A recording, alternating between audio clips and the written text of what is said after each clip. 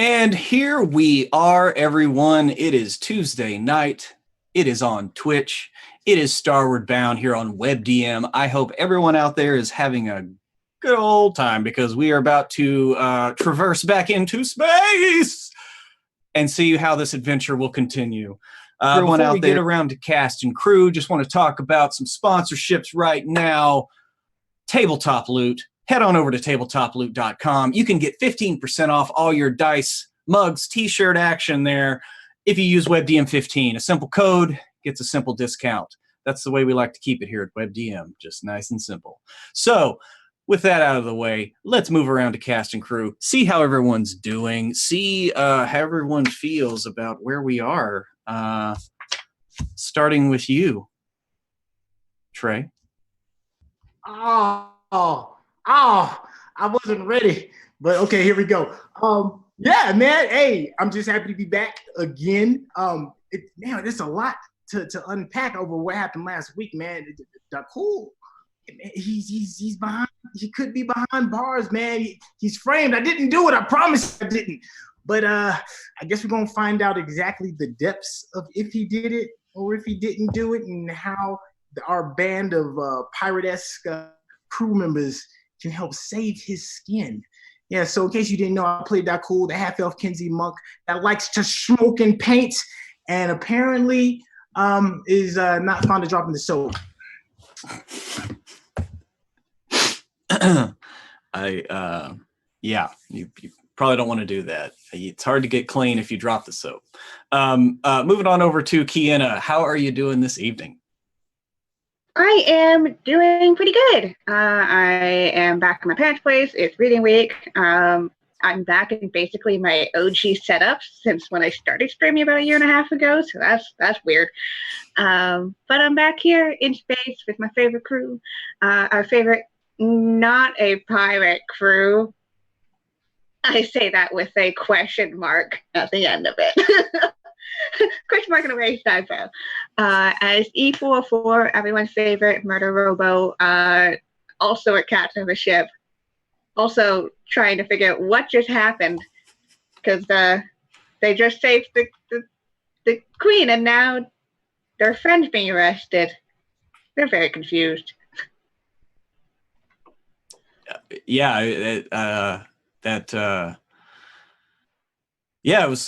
It was pretty cool, at least from the DM perspective. It was a good look on y'all's faces. Next is Greg. How are you doing tonight, sir?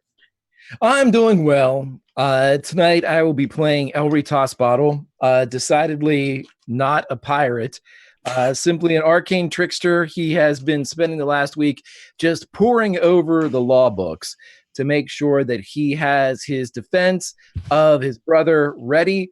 He is going to, habeas corpus, I think. And he's ready. I'm ready. Mm-hmm. Let's law. All right. It's time to law. And last but not least, Emma, how are you doing this evening? Good. I got distracted because I have shiny shit on my cheekbones. And I was like, oh, it's shiny. It shines. I'm playing Hildegard. I've never done this before. It's shiny. Hildegard. She is Grave Cleric who doesn't care about shiny shit on her cheeks. She just cares that they are definitely not pirates, technically and factually not pirates at all. And she's worried about her friend. Yes, it is my new highlighter. It is my first and only highlighter, Kiana. Thank you very much. Yes. I'm interested to see how this one goes because it's kind of rare that one saves the person one is trying to, take hostage and or murder. So I'm interested to see where they go with this shit. Prit. It is most certainly there's something foul in Heliax. One could say even. So here we are. Y'all just got back from saving the queen.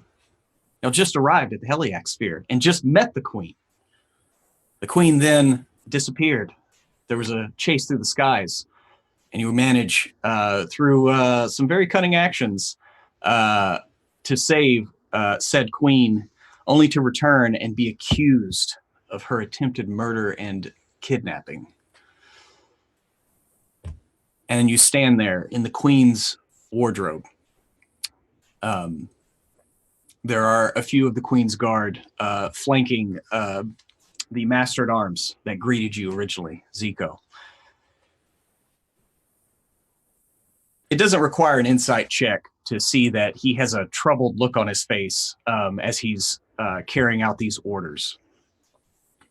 But Dakul, he looks at you and you have reviewed this Warforged memory, and you gave distinct orders for it to come here.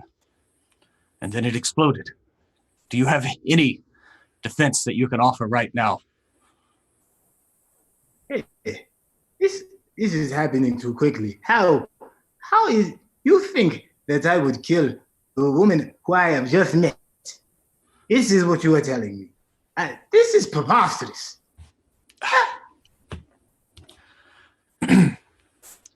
Yes. And yes, I did send the robot. I sent the robot to give gifts to my dear mother, not to take her life. Why would we go through all of this to track her down and bring her back if my goal is to kill her? I brought that up with if you could please come with me. I don't want to make this an issue. Oh, well, hey, good news. The Queen's right here. And I'm sure whoever gave you the orders isn't the Queen. So here's the Queen. I'm sure she can corroborate the fact that we just flew around and did some pretty heroic stuff in the name of, I don't know, your job? And you can tell Ellery that barb kind of found its purchase. I appreciate you recovering the Queen, and he kind of looks over your shoulder at her. She's laying on her bed, but she is unconscious still. But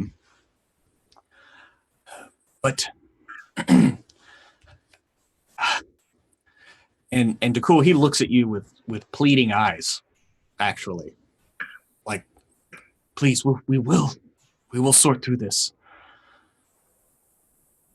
I promise. Is this how you treat all royalty? Dakul's gonna walk over to where his mother is on the bed and just, kind of like inspectors. And is there anything that seems like a miss? Like, does she have like a bump on her head? Like, I mean, I know she's unconscious. Mm-hmm. I'm pretty certain like the medical people haven't got there to figure out what's going on. Does she look okay? Yeah, she has a couple of attendants that are seeing to her, and there was a slight cut on her forehead. It tracks with you finding the crown, and there was a couple of spots of blood on the floor and on the edge of the crown. It's on the same side. So whether or not she was struck or what happened, it does seem like that's the only visible wound. But it's a fairly nice kind of gash on her temple. Some bruising. Hilda is trained in medicine. Can she assess the Queen? Yeah, go for it. Know if we can trust these treasonous interlopers. And says the interlopers. We're not treasonous interlopers, though. That's true. So what are you looking for exactly with this medicine check? I'm looking for the nature of her unconsciousness. Because Okay. she's unconscious, right? Yes. Okay. I'm going to see if she is affected by something which seems arcane in nature or poisonous in nature or something like that, or if she just got a bonk on the head and I can heal her up and wake her up. Sure. 22. 22. You look at the wound on her head, and like it doesn't really seem deep enough to like it, and just looking at it, it looks like the crown like kind of dug into her head. But you get close enough with that medicine check, you definitely smell something around her face, whether it's some kind of poison or gas or something like around her mouth and nose. Like you just kind of catch this whiff, and you know it. You've smelled that before. Okay, if that's the case, I'm going to cast Lesser Restoration on her, and see if that does anything. That typically cures poison. Okay. So yeah, you and I will say aloud as I do that, somebody drugged her. and there's an audible gasp. And I'll ask her attendants. Did you notice that? Did you notice that obvious thing? Well, here's the easy thing. Everybody put your hands out. We're going to come around and sniff them. Put your hands out, everybody. I'm not putting my hands out. No, not us. You can smell my hands. No. Come around. Attendants, the attendants. Everybody that was here and working, whoever was in the room, let's smell them hands. And like the master, Zico, he's like, but I mean, I figured the men that kidnapped her probably were the ones that used that, right? Well, you seem to think it's an inside job. Well, I'm not sure who exactly took her.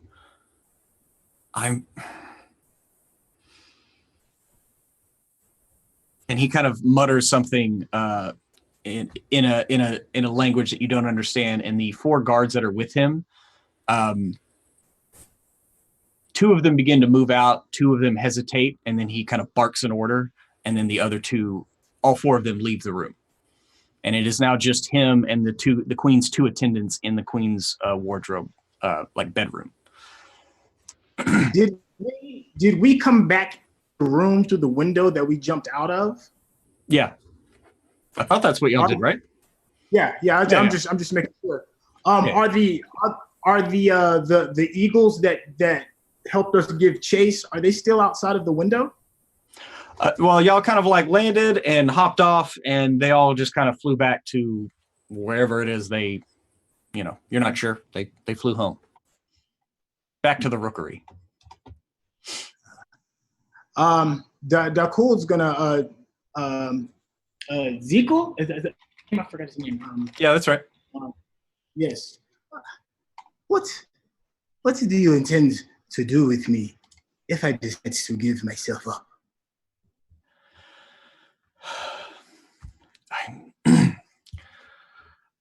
Sir, the queen's brother-in-law is very upset, and he had the head vizier review, and he kind of looks over his shoulder, to where the queen's entryway is, where the explosion occurred. They reviewed it, and that is what they found. Like I said, I am following orders. I'm merely the head of the Queen's Guard. It doesn't make sense. But we don't know. I'm not sure who to trust.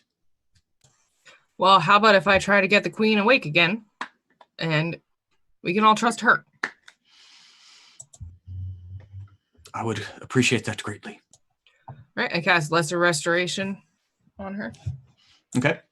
You cast Lesser Restoration, and as you finish your spell, you see kind of a puff of greenish gas kind of move through her skin and out her mouth, and kind of dissipate into the air, and a few seconds later, her eyes flutter open. And she kind of shakes her head and looks around the room, and her eyes fall on Dakul, and Dakul, what has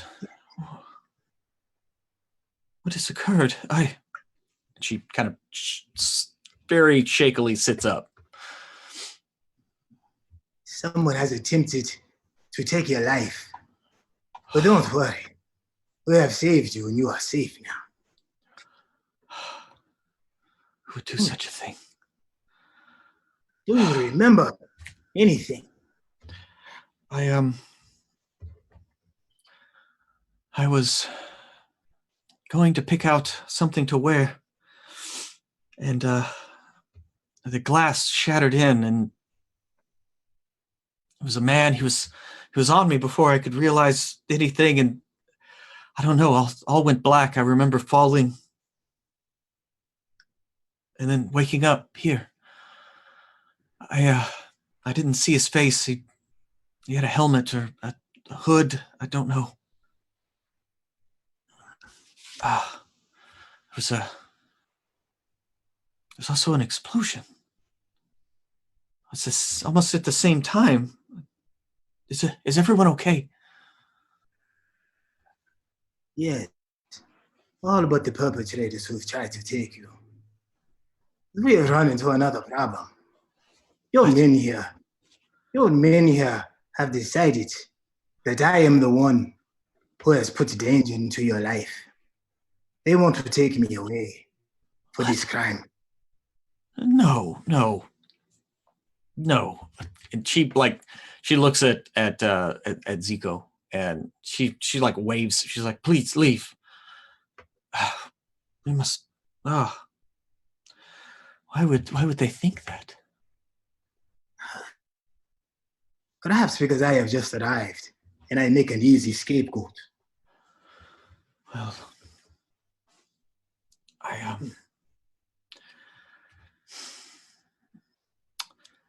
it is no.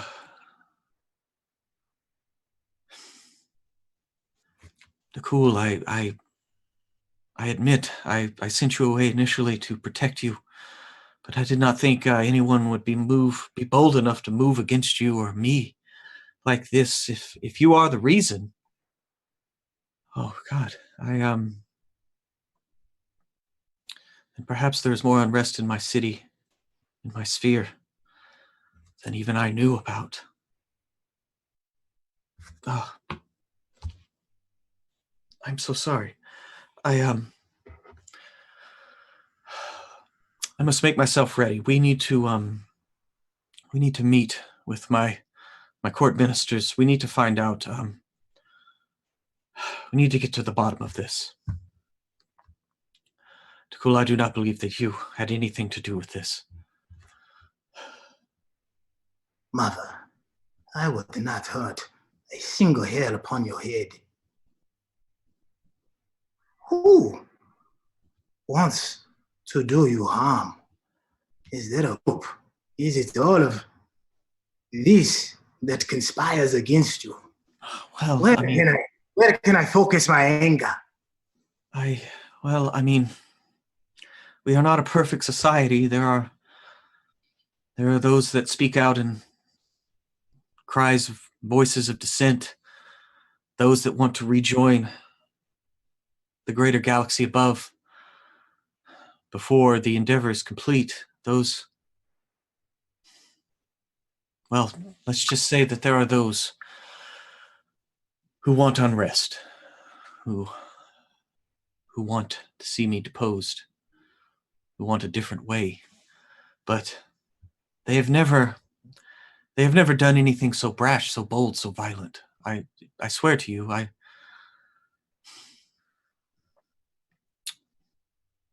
but I do want you to get to the bottom of this. Yes. I feel like of anyone I can trust you. I want you to know that I know there is pause and hesitation, for our crew does not look like everyone else. But you should know that it was not for the bravery of these people behind me. You would not have found me. For they are the real heroes and should be respected. You are correct. And she turns to each of you, meeting your gaze, and to each of you says, I thank you. I thank you for your bravery,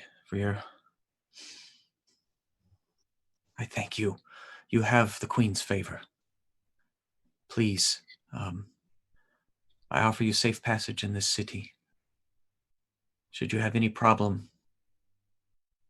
please come see my attaché. Dakul, your friends, I think we should definitely meet with my advisors. Yes.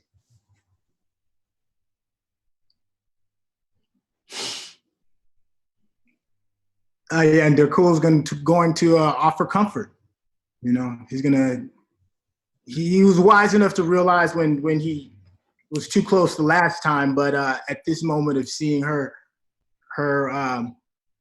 shaken, he's going to offer the only comfort that he can, and that's with an embrace.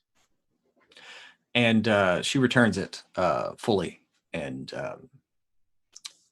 you feel her kind of shudder a bit and maybe start to give way to tears, but she stiffens her back and kind of breathes through it and remembers that she is a queen. Yes, if you'll please excuse me, I must prepare for the meeting.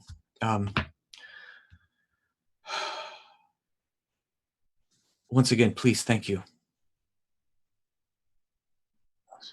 I don't know what they would have done to me.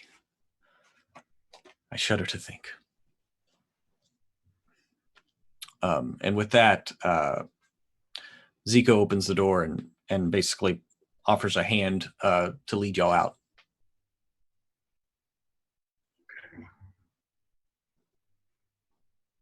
Right.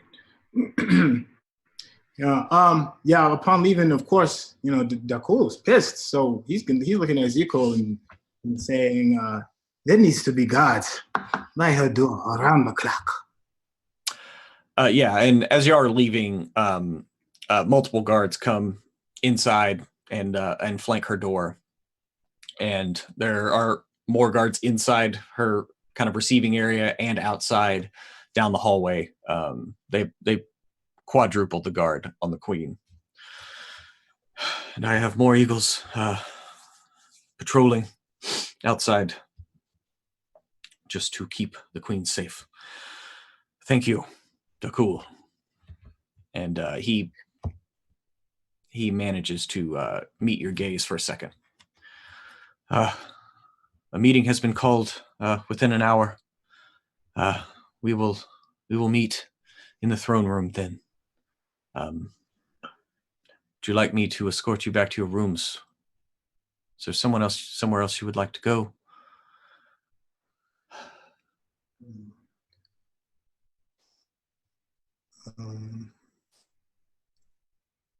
Yes. The Okay. rooms will be fine. And y'all kind of are stepping over the rubble as they're kind of cleaning up the blast area as you are moving through there. Hold on, before we're going back the way we came, right? Yeah, you just came through the queen's entrance and you're heading back to the elevator. Okay, where the robot exploded, yeah. Can we just pause there and just look for clues or just to see if there's anything? Yeah, just tell me what you're looking for. Just look for...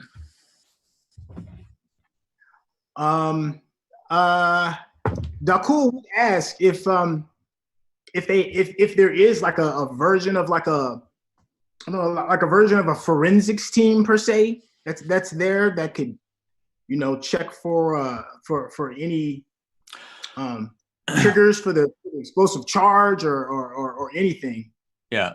Well, Zico, he tells you, it's like the head vizier. He went over the area and he retrieved the memory core. I don't believe that he found any kind of residual magics, according to him, but he thought it more conventional explosives, but he's not sure what exactly yet. But he has been over here and through this, yes.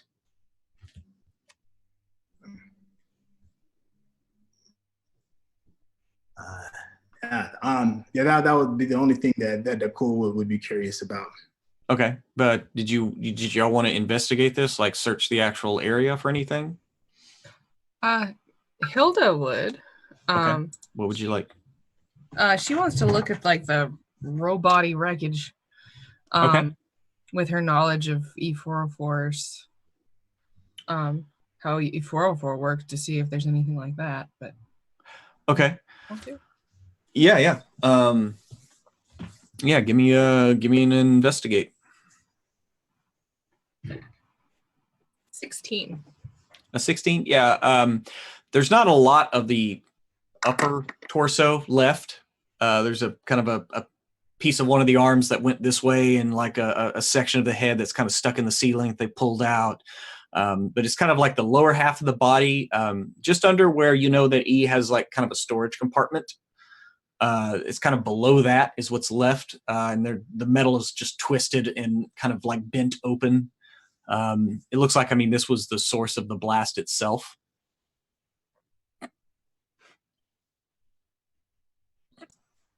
Okay, so it had something in the storage container. I'm gonna ask whoever's in charge. Like, this was like the Taylor bot, right? Yes, I believe it was. Who takes care of the E units? Who would have contact with this unit? Well, the palace bots, they all recharge and congregate down on the 5th level.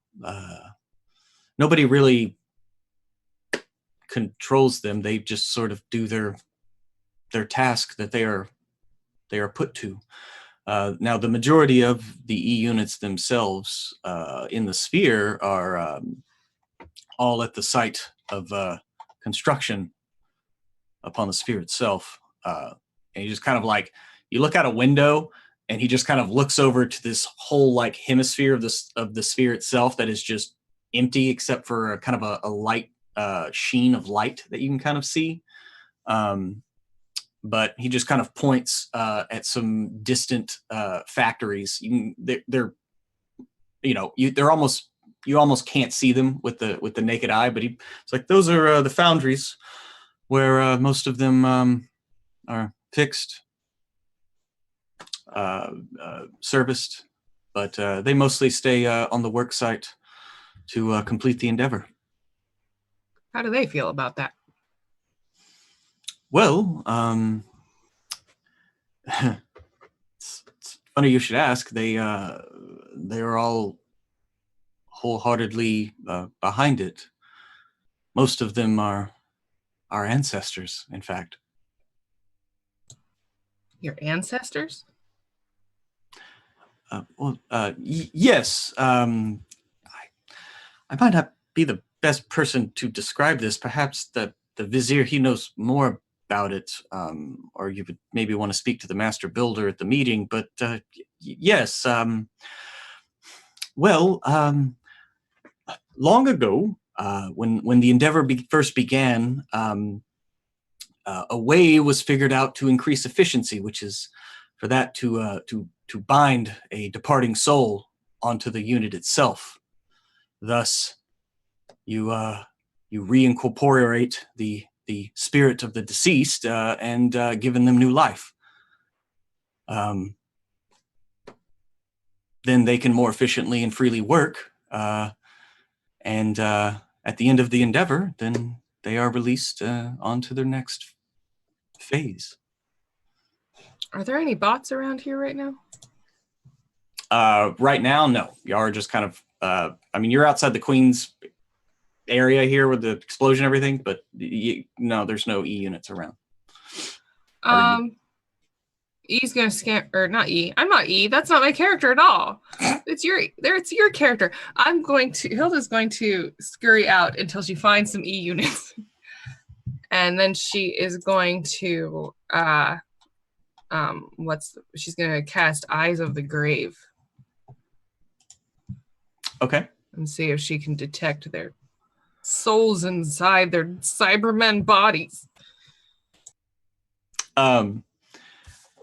You would have to leave this floor. Are y'all done like investigating the boom area, the explosion area? Yes. I'll roll one just if I pick up anything else, but yeah, 13, 16. 16. The only thing that you notice, Elry, is you've been around pirates, and you've especially been around Vice Admiral Royce Meyer Connington enough.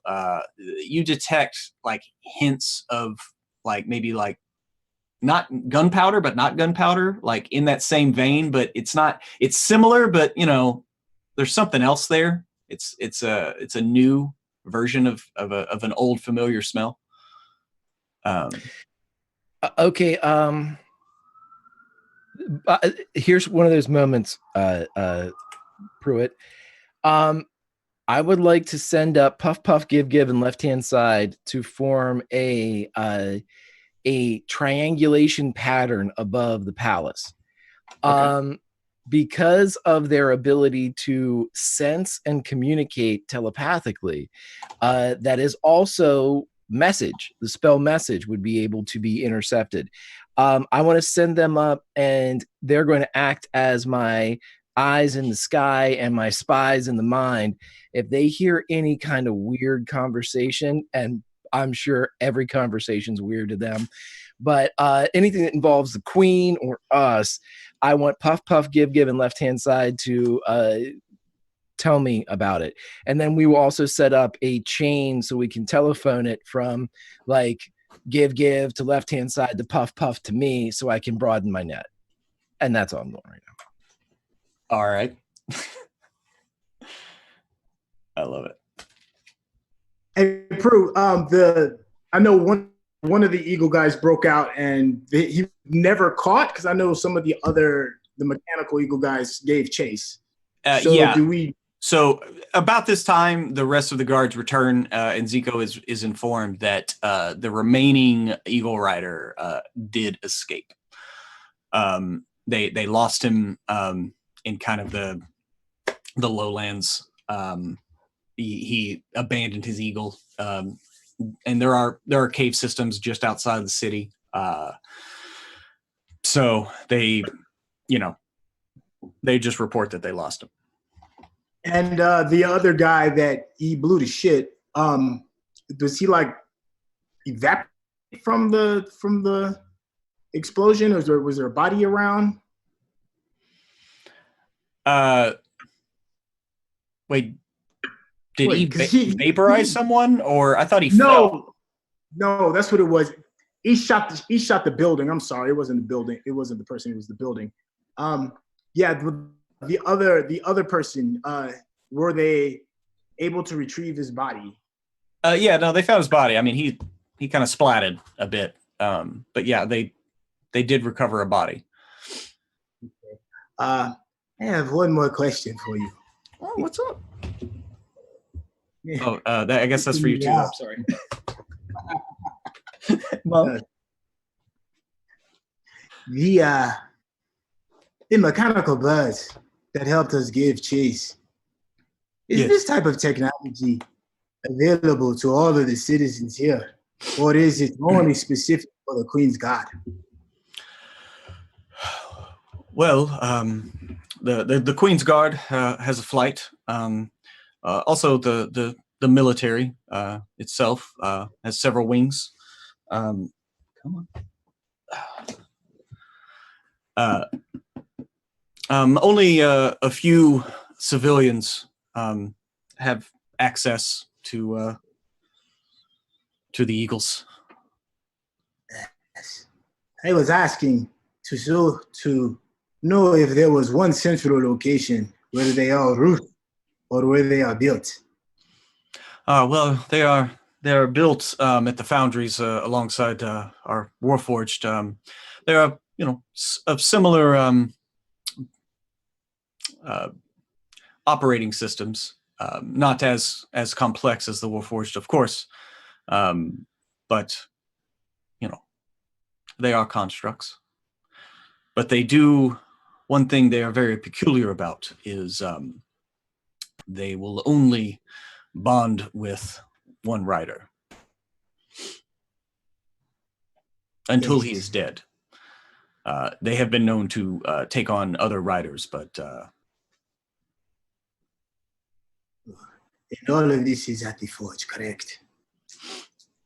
Well, at the foundries, the foundries. Mm-hmm.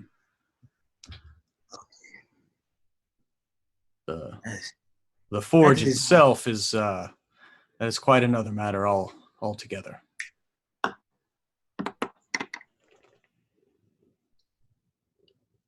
Okay, so that's it for Dakul's question for the moment.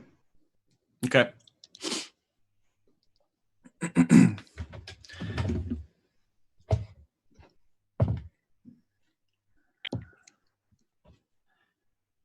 Okay. So if you are done looking around at the explosion site, then Zico will lead you back to the elevator and back down to y'all's level to prepare for the meeting. What? Everybody, give me a perception check as you are going down the elevators.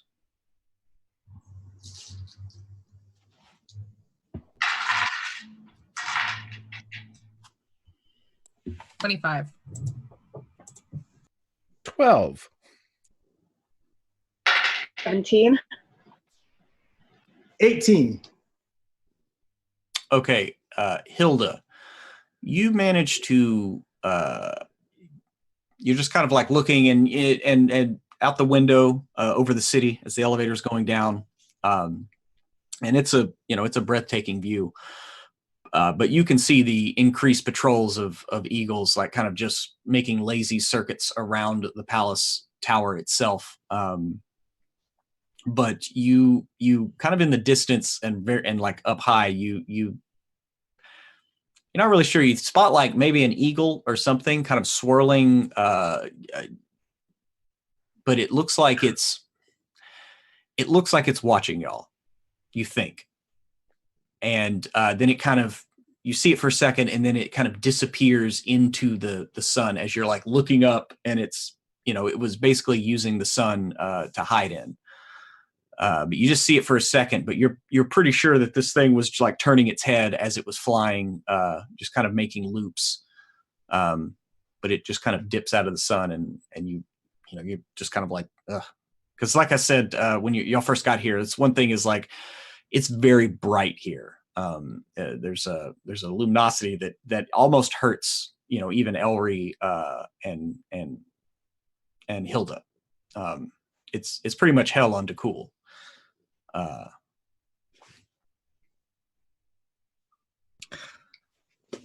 feel like we're being tracked. I don't like it. Okay, but you get back onto the kind of guest quarters level. Elevator door opens, and y'all step off. And just so you know, Hilda, in the distance, you see one of the other units kind of walking away from you. I cast Eyes of the Grave so I can detect undead. Okay, you cast Eyes of the Grave. What is it? Just within sight, or is there a radius? Within 60 feet of me that isn't behind total cover and isn't protected from divination magic. Okay, so within sight without total cover. Okay, yeah. So this is the only what y'all would call an E unit. Walking in the hallway, it's about 100 feet down the hall, walking away from you, and you look at it and you don't detect undead.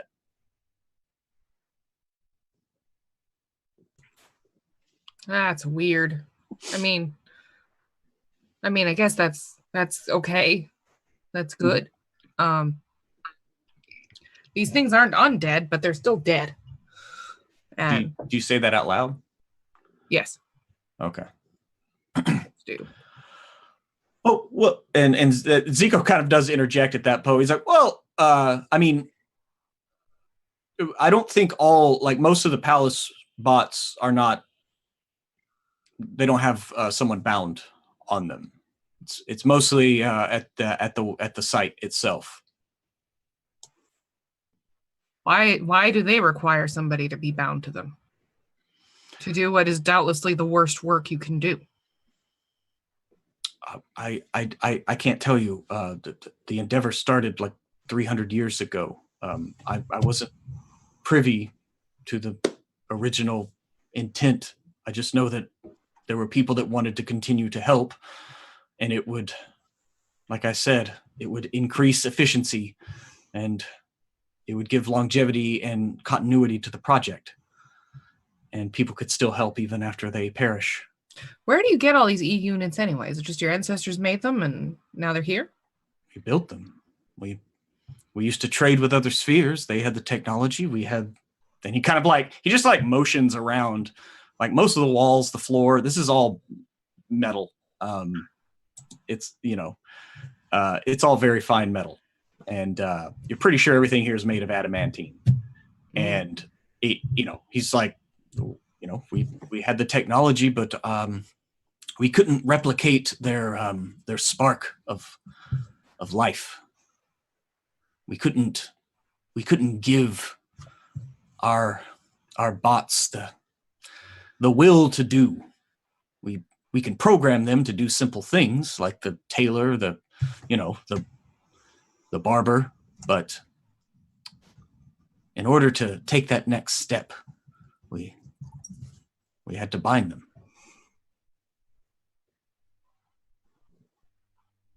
I don't think that's moral, and I don't think that's right. And I think the fact that you're saying that you weren't there and so you aren't culpable is bullshit, sir. You're living in a society, and as a society, the onus is on you to continually question whether or not your society is doing what it should and what it ought to do. You should all be more informed, especially in the palace. And he just kind of like stops at that, and he's like, well, I'm not sure how it works out there. Binding souls to things was outlawed where we are hundreds of years ago. Well, I have heard tale of the outside. This is news to me. I did not bind these souls, which, by the way, was voluntary, if all of our historical texts are to be believed, which I do believe. So, before you go judging another society wholesale off of a few facts learned from the captain of the Queen's Guard, maybe you should become more informed.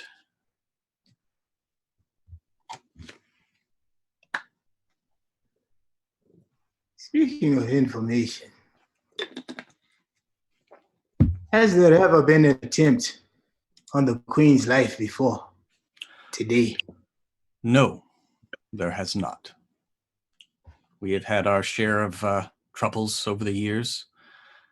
Various madmen every now and again find enough people to cause a ruckus, but,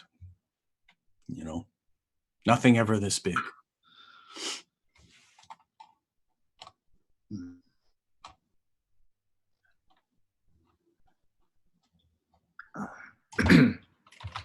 Oh, and the Queen's brother-in-law.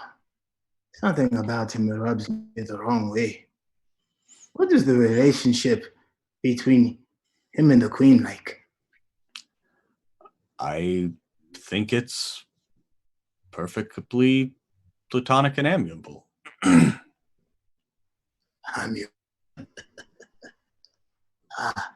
Does he conduct business outside of being affiliated with royalty? I believe that he helps with a few outreach projects. Kind of fashions himself a man of the people, that sort of thing. But he is retained in the royal line, seeing as how the Queen herself no longer has an heir. Well, and he kind of stops at that and looks at Dakul, like, well,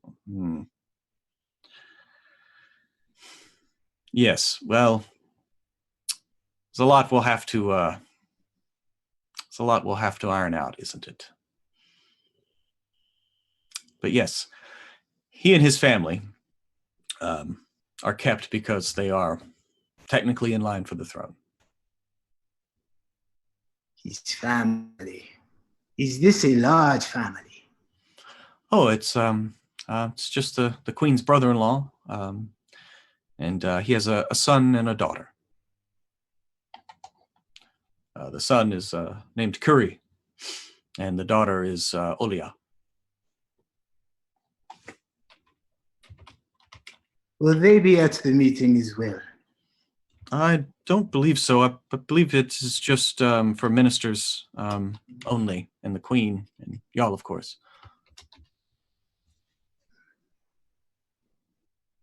Thank you. If we decide to leave the area, if we decide to leave our living quarters, do we have the freedom to walk by ourselves and not being tailed by the likes of you? Well, the Queen did ask me to make sure that you were safe. But I have been given no orders by anyone other than that to impede you in any way. Good.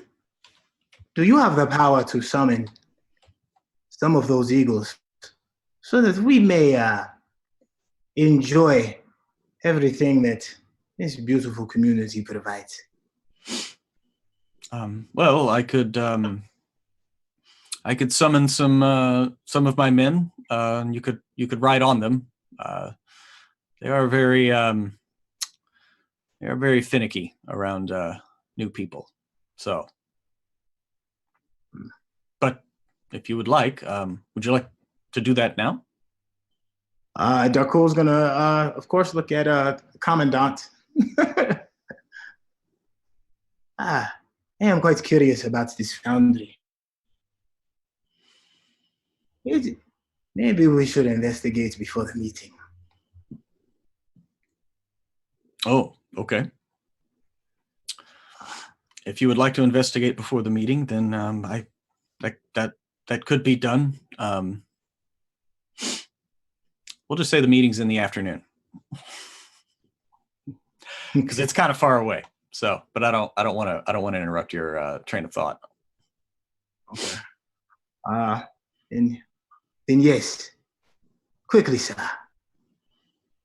Oh well, then follow me. We'll head to the roof, and he hops back in the elevator, and y'all go to the top floor, and you come out, kind of that area right outside the palace that you were greeted, and where the meeting will take place later today.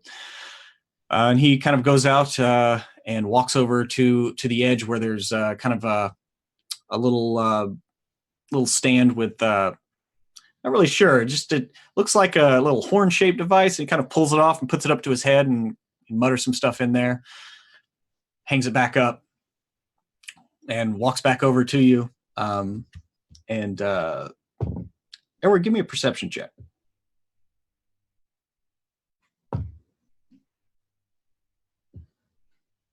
That's 24 for perception. Okay, yeah, y'all are all sitting out here, and Edward, you look up because you catch like a shadow kind of flit across your vision, and you like glance up, and you definitely there's like using the sun kind of as cover. There's something up there. It's hard to see what it is because you're like literally staring into the sun, but there's something above you. Okay, well, it is at this time that I will mentally contact Puff, Puff, Give, Give, and left-hand side to focus their fluff net on this region of airspace. Okay. And telepathy is outlawed here, and the cops come. It's the thought police. Jesus, the thought police, the coming force. Yes. It's Hamlet inside of 1984 inside. No. Anyway. And so, yeah, you contact your flock of flumps, and it's just a couple seconds. And Puff Puff's like, "Oh, Master Toss Bottle, how's it going?" It's going fine. What's going on? What do you say? Oh, well, I was just gonna say that it's one of those eagle thingies, the shiny ones. Is there somebody riding it?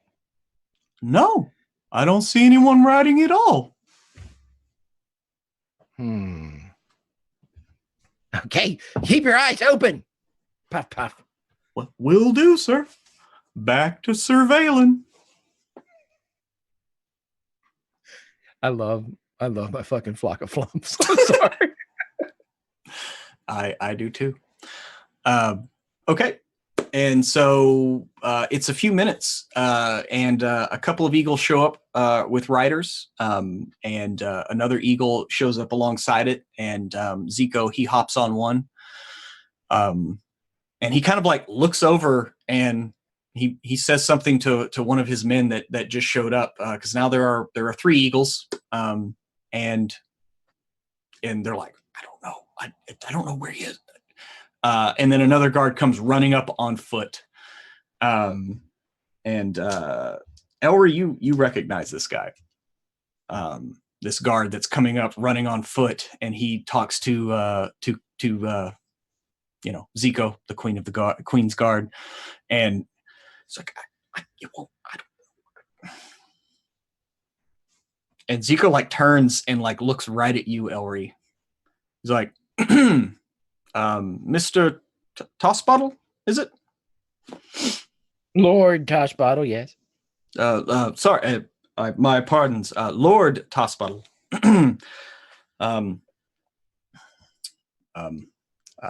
My lieutenant here, kind of says with a chuckle, has something to tell you. And the guy turns, and Elry, you look at him, and you know who this guy is. You saved his life earlier today. He was the eagle rider that fell off in the collision, and you featherfalled him, right? He's I would like to thank you for saving my life, and I owe you a blood debt. If you ever need anything, please call me. My name is Oni. But also, my eagle is not responding to my commands. Oh, you buried the lead. So, whose commands is the eagle responding to? I am not sure.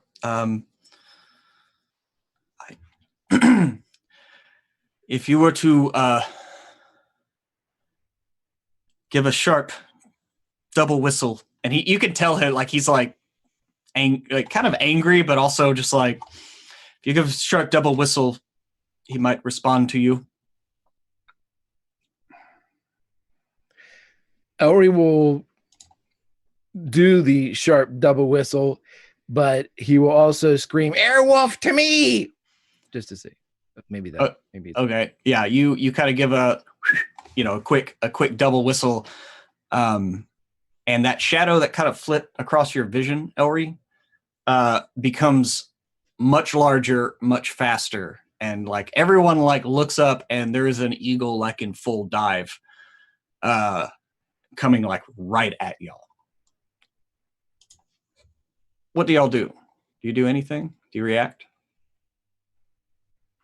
I mean, Elry's going to jump out of the way if this thing doesn't land correctly, but if it just crashes into the ground, that's really not his problem. Right. But it's diving pretty quickly, and right at the last second, it flares its wings out and just comes up and lights right in front of you, Elry. And it kind of like looks sideways, clucks its jaw a little bit, and then like lowers its head. What's your name? Jason Gedrick. Fantastic. All right, Jason. Let's. My beautiful Iron Eagle. One vision. Let's see. What do I do here? Is there like a leash that I can hand back to you? He says to the guy.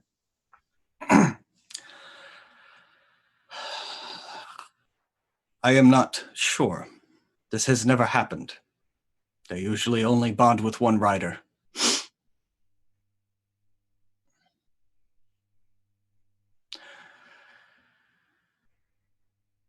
If you will consider the matter of our debt sealed, then I give him to you.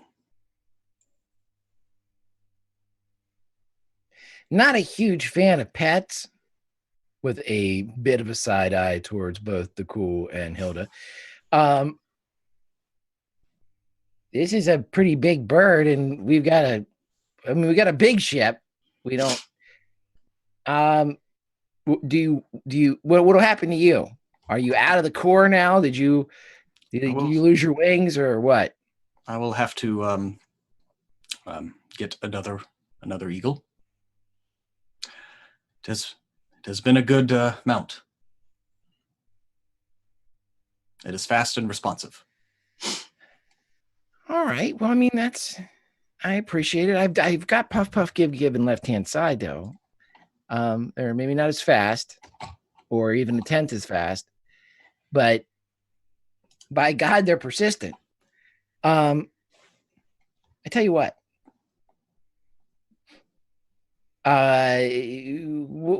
Could you help us out? Maybe find some information, and I will bequeath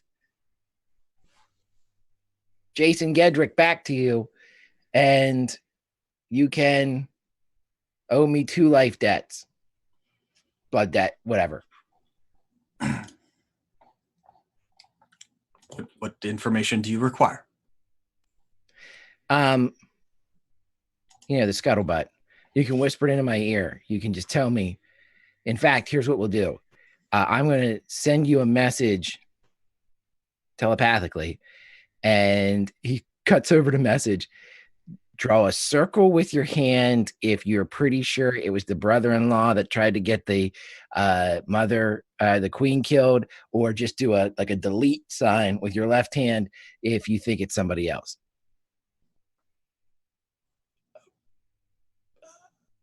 And he,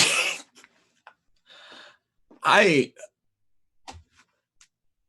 going to crack this case. I don't know. I don't. And he just says out loud, I don't understand what you mean by that. Let's slow it down a little bit. The brother-in-law to the queen, is he an asshole? Same thing. No one can hear you. Just no. Lord Kadul is he's a fine man. He seems to. He and the queen seem to be very friendly. I don't know. That doesn't seem like something he would do. We're not talking Lannister friendly, are we?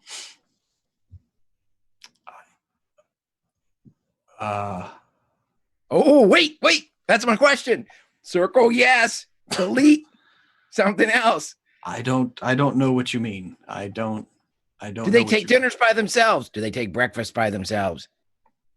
I think they have dined together. Yes. He says this in the message. You want your fucking bird back or not? I do. Speak your mind, damn it. I do, but I'm just a lieutenant in the. Who gives a shit? You've got eyes. What do you think? Are they more than? Is this? There is some rumors around. Yes. Yes. I'm gonna crack this fucking case in 5 minutes. All right. Okay, so you think that there's something going on. I can verify and say, if we go to court, I can say the lieutenant here's going to come forward and say that he knows for a fact that the queen and the brother-in-law are intimate. Right. Okay. We got that settled. I've got my key witness, not even an expert witness. I can't. No, please don't leave. I can't. Okay, wait. We're going to stick with the same thing. Circle and delete. Okay, so circle is the affirmative. Delete is the negative. No one knows this yet. No one's cracked the code yet because I'm saying it to you telepathically. Okay, the two kids, Ophelia and I'm sorry, it's Curie and Olia. Okay, sorry, Curry, asshole. He seems like a fine young man. I don't know. No?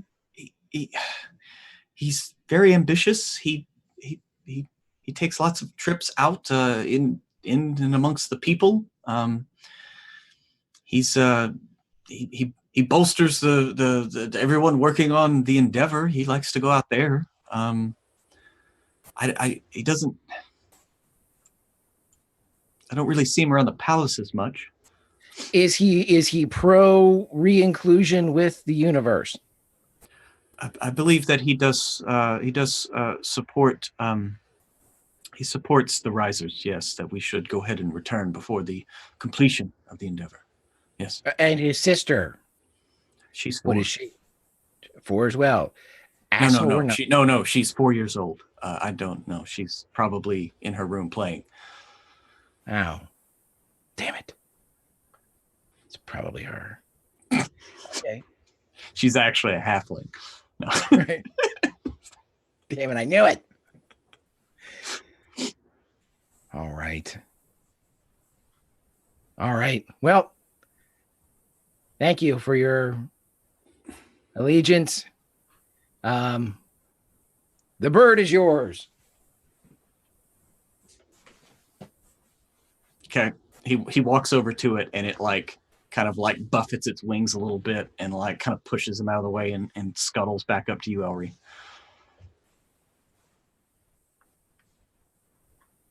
Yep, I tried. Hey, we got a big bird.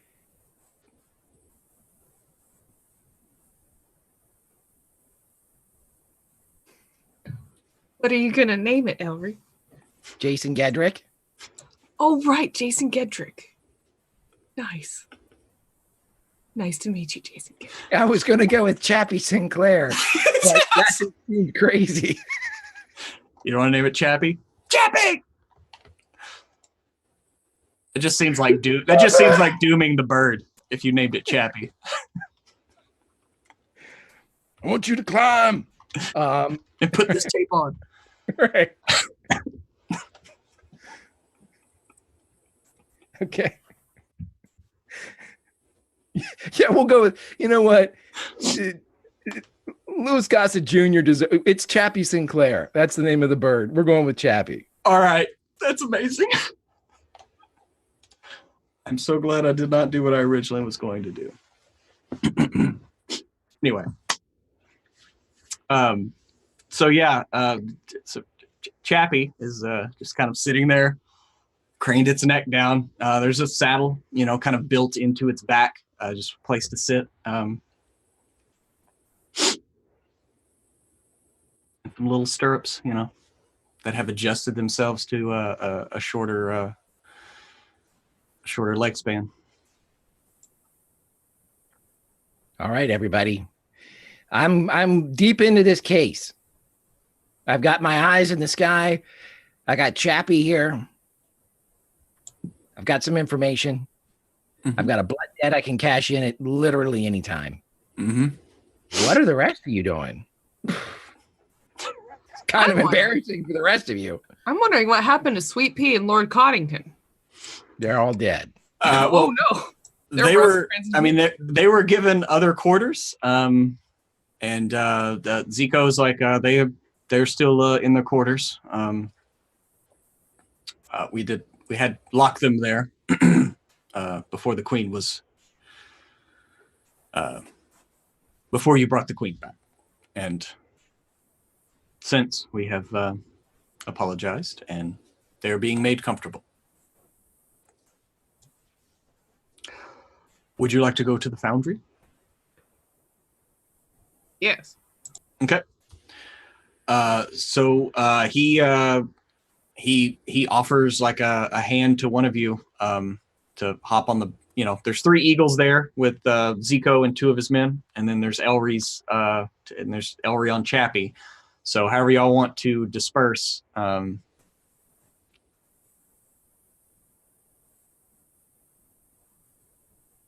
Yes, Dakul ahead. Will instruct his eagle rider to take him to the Foundry. Okay. Cool. And so it's going to be a little bit. It's quite a even flying there. And the thing is you don't really like follow the plane or the plane of the planet itself. You just kind of fly straight there. Just to kind of be a little quicker. So you actually gain quite a bit of altitude. It starts to get a little bit warmer, being a little closer to the sun. But it's otherwise a pretty quiet flight. And as you get closer to the Foundry, you actually can kind of start to see around to the other side of the sphere, and you actually see it's covered in darkness, in night. And on the other side of the sun itself, you can actually in the great distance make out the glint of something nearer to the star, some kind of structure. And Zico like motions to that, and he's like, that is the Sky Forge. It is where we make all of the plates for the sphere itself, and then they are shipped out to be added, all for the Endeavor. Monk, stop it. Sorry. And your flight continues, and it's about like a couple of hours for you to get there. But when you do, you're kind of on the edge of one of these vast open these holes in the side of the ship. You can see kind of the lattice work making its way across, and there's this fine tension in the air. Hilda, I mean, all of you have been around magic enough. You know that there is a bit of magic there. Something keeping out the phlogiston itself until they fill this in. But you are close to one of these foundries, these immense factories. It looks like they're lowering a large section, maybe like a couple of miles on each side, moving it into place. And there are warforged crawling like all over this piece as it's kind of lowered into place, and the sparks of like welding begin firing off. And just everywhere you just see warforged everywhere.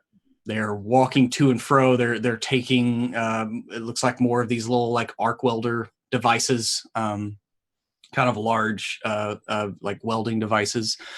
But they all look very similar, and at least at first. And then you start to notice the odd, like maybe like older model. Nothing as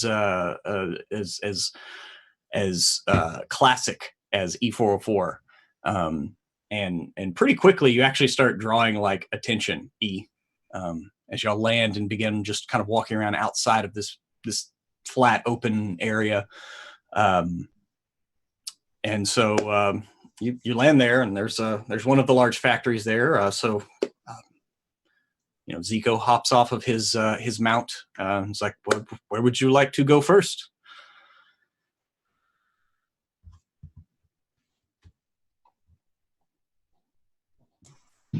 Okay. Hey, take me that the eagles are made.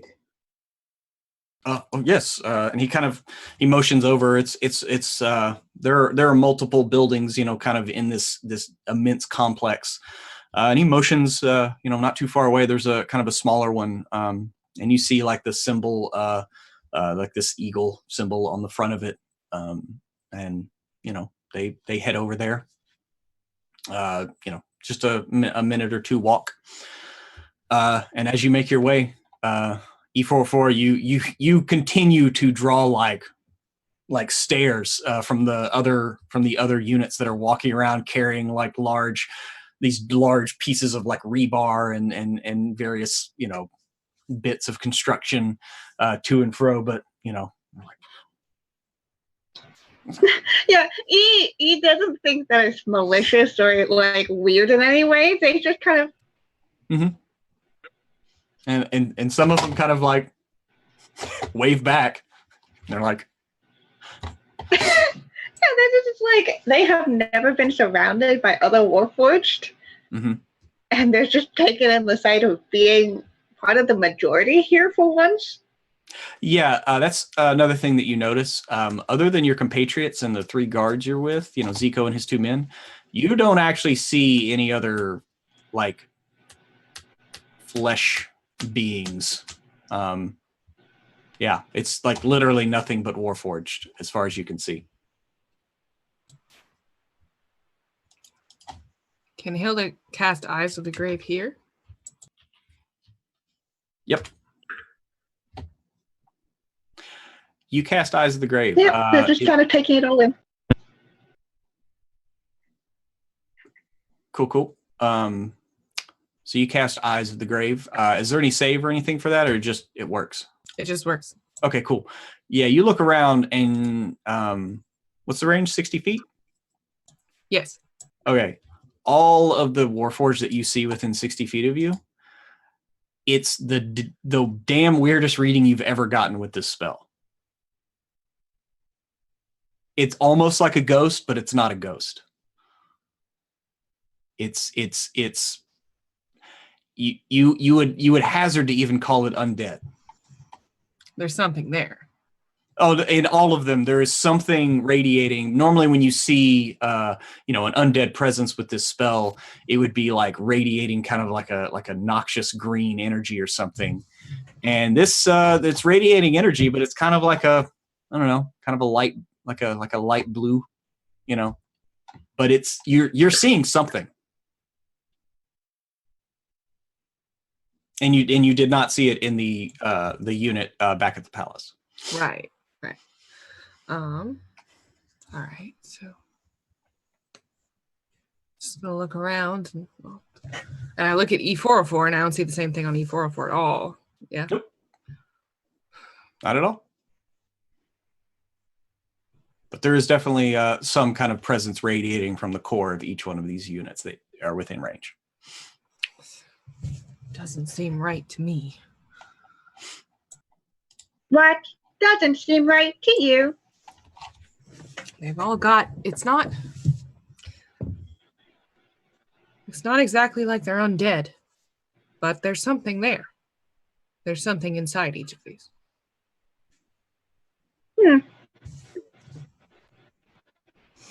Like the banshee in the ship? Maybe. I mean, it didn't seem, it's not like the ghosts in the skiffs. Not exactly. Seems maybe a little bit less malevolent, but still, it doesn't seem, when you die, you're supposed to be done. Unless you have very specific things happen. I'm not sure. These are just regular people. Their souls have a trajectory. Is that a thing to tamper with? I don't know. But if it was voluntary, then wouldn't they have known that this was a thing that may be frowned upon? Well, it might have been voluntary for them to do it, but is anybody checking in with them to see if they still want to? Anybody really know what it's like for them? No one knows what it's like. Sorry. I'm so sorry. We could ask. We could talk to one of them, perhaps not one that is currently occupied with a task. I've got a crazy idea. Why don't we wait till tomorrow morning and Emma, when you can, Hilda, when you can, Captain, Commodore, when you can talk to, speak with the dead, why don't we try to talk to one of them doing that? Well, we could talk to them just doing this. And then we could talk to them doing that. Maybe they'll say two different things. Maybe they'll be like, beep, boop, beep, I'm fine. And then when we talk to the dead, they're like, help me. Well, that sounds like great potential for a dramatic moment, Ellery. Great idea. Thanks. I'm back over here. I found some drugs. Oh, already? Great. We are not programmed to lie. Maybe you aren't, E. Not sure. It's fair to compare yourself to these. Listen, I'm back, by the way. I guarantee you that barber bot was could lie. Are you kidding? No, your hair looks fine. You're beautiful. That's exactly what it's a fibber. My hair looks great. What are you talking about? Yeah. So you saying that is not stylish enough? Wait a minute, I'm not with y'all. I'm going to see the Eagle people. Never mind. I mean, I thought you were all walking together. Like, you were just like walking through the parking lot of this big open area. Okay. I'm just saying. Listen, I'm trying to find drugs and crack this case. We just got to ask a lot of questions. I do not know how drug factors into cracking the case. Oh, just watch. Either way, we can speak with one of them.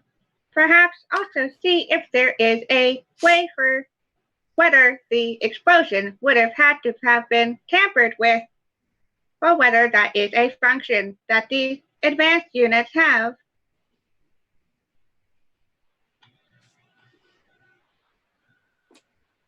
All good questions. Let's check it out.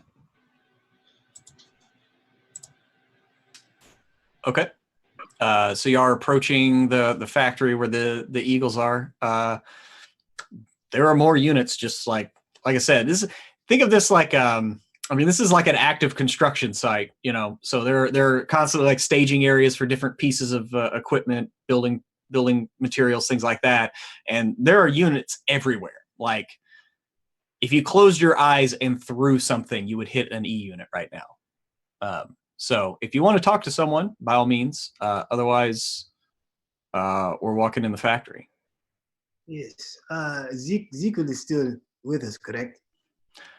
Yeah. I mean, just are y'all with Dakul, or did y'all want to hang out outside? Because I want to make sure that we're all in the same headspace. Yeah, Elry's going to go with Dakul for the simple reason that if this is Elry's thinking. Elry is thinking that whoever the mystery enemy is, they wanted to get Dakul out of the equation with the fault. So the next logical step is to get Dakul out of the equation with death. And so, Elry's going to stick close to Dakul, expecting that Dakul is the next target, but not saying anything, knowing his brothers can react quicker than he, but he's just keeping his eyes out, and also aware that they're walking into a place that if somebody control these bots, they're going to die and die quickly. But let's go. Okay. You got it. So yeah, you kind of enter this open, like it's a large, like 30-foot tall double doors that are like slid open. I mean, it's like a big open factory. And you go in. There's a small office, like just off to your left. You actually see, a guy in there. He's a slight build, a little bookish. He's got glasses on. He's behind a desk. Looks like he's doing numbers, ledger work, and everything. And then further into this foundry, you see just like an assembly line of these eagles being like created.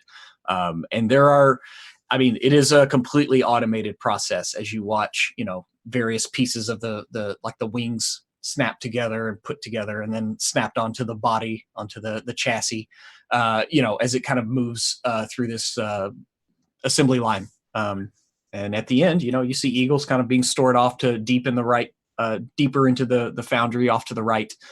And so it's just like this churn and cacophony of mechanization in here. It smells like a factory, albeit a pretty clean one. And so there you are. Yeah. Where would you like to go first? Dakul is going to walk to the man that's by the ledger in the office. Okay. And he's an older man. I mean, you can tell he's probably in his 60s, maybe 70s. You're not sure, but he's just kind of hunched over a book right now. His glasses kind of low on his nose, just like. Excuse me, sir. Sir. Yeah. What? Do you speak to our royalty with such haste and difficulty. Oh, God. And he you see him drop down behind the counter, like you're looking through an open sliding glass, and he drops down behind the counter out of sight, and you just kind of hear him. I'm sorry. I'm so sorry, sir. Oh God, please don't kill me. That's fine. Please get up. We have business to attend. And he gets up and kind of smooths out his rumpled robes, just with little thumbprint ink stains all over them. You know, this guy he just does the books. He's probably done the books his entire life. His thumbs are permanently stained with ink, and he just has his ledgers, a couple of them open in front of him, many on the wall behind. What can I do for you? I need your help. There has been an attempt. There has been an attempt on the Queen's life. Oh, dear and honorable Queen. Oh, may she be protected. May Vorn Sky look upon her. Yes. Two of the suspects were seen flying off on mechanical birds such as these. Uh-huh. I know with all of this going around, I would assume that a man of your stature would keep track of all of the birds that are in and that are out. Yes, sir. And he kind of pulls one of the ledgers up, and it's literally just a list of unit numbers. And he's like, this is a real-time updated inventory of everything that we have here. You can look through it. Are you here for an inspection?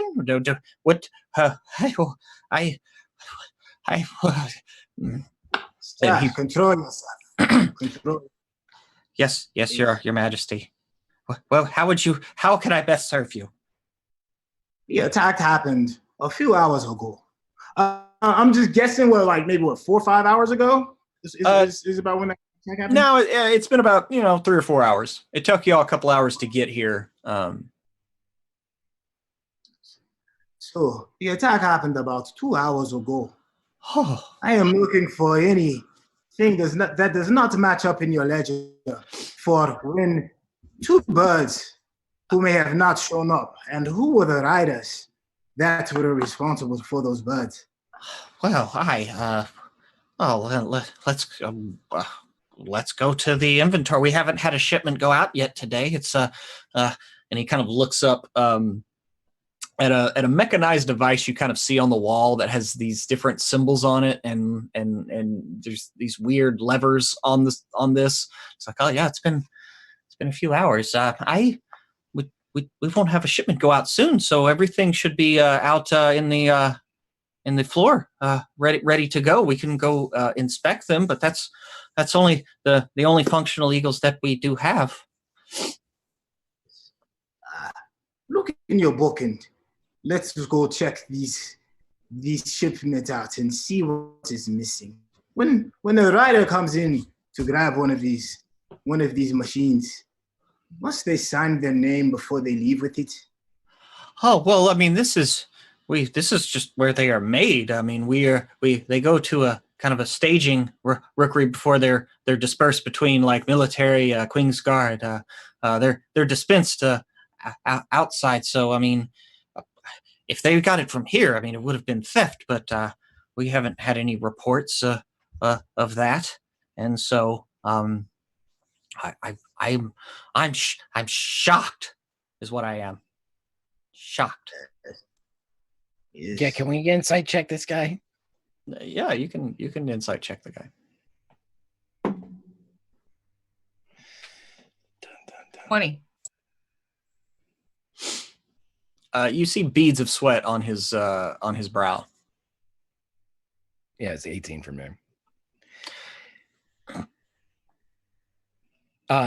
Elroy's going to message into his mind.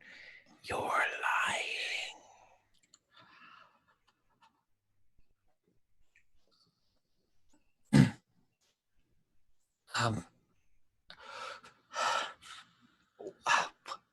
Well, not okay. It's not entirely true. And he kind of fishes around and he pulls out like a little pouch and kind of throws it down, and some silver coins like spill out. And he's like, they just said they needed them for a joyride. I mean, before you imprint, anybody can ride them, but they're unruly as hell. I didn't know. They just, oh God, I didn't know. I swear. Please don't kill me. And he like drops down on his knees and starts begging for his life. Wait, now hold on, my friend. Elry Tosbottle, Esquire. My good man, the people that came here and paid you in 30 pieces of silver, did they all go flying off, or did somebody come here and was with them and paid them and then took alternate means of travel away, or how'd they get here? Did they walk up and then fly away, or did they walked up? They were trust me, I'm telling the truth. They were in soldier's garb, and they just said they wanted to take a joyride, and so they paid me, and I left the imprint chip in so they wouldn't the eagles wouldn't imprint with the riders and nobody would ever know, and they said they'd bring them back, and they haven't returned. I'll go show you where they took them from. I'm so sorry. Please don't kill me, please. And he's like openly weeping now. Like, don't worry, we're only going to cut off every other finger. Even help. Please leave these 3. I can still work. I still have a few years left before being incorporated. Please. Dakul takes out a sketch pad. Describe them to me, and I want every detail, especially distinguishing features. Okay. I mean, he gives you descriptions from what he can remember. You know, one of them was a little taller, one of them was a little wider, one of them had a scar on his face. Ow.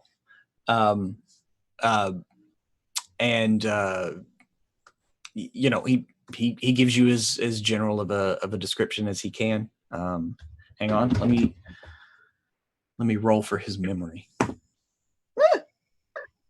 He gives you a pretty decent description of each of the men.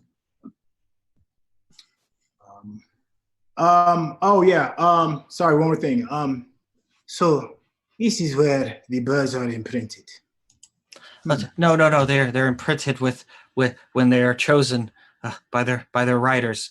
That's the whole thing. Is they have an imprint chip that has to be removed. But I'm sorry. I'm so sorry. Dakul's gonna shoot, man.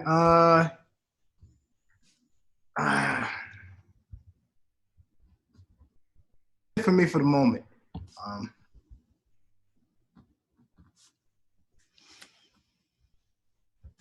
Okay. So Hilda and E, did y'all want to do some investigating with the other units around here while Dakul's doing that? Yeah, definitely would have wanted to go and find somebody who, one of the E units who isn't currently occupied with carrying or building or whatever. You see one of the units off to the side of the Eagle Foundry, kind of just sitting there leaning against a pile of like these giant pieces of like rebar, and it looks like they're just kind of like staring out into the vast openness of the sphere itself, and basically taking the equivalent of a smoke break. They're just kind of sitting there, just like looking around, like almost wistfully, you would think. Yeah. So he's just gonna walk up. Excuse me. And this unit kind of turns around and you see their eyes kind of brighten in surprise a little bit, and like, whoa, you're an old one. Oh, I have been told that I am a older model. Oh, I remember seeing your kind walk around in the beginning. The beginning? Oh, yes. The beginning of the Endeavor. No. Are you from... And you see the E unit kind of like tap its chin pensively. Solvina?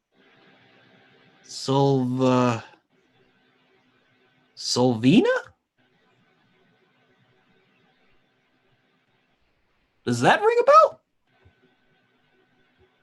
I believe that may be where I am from.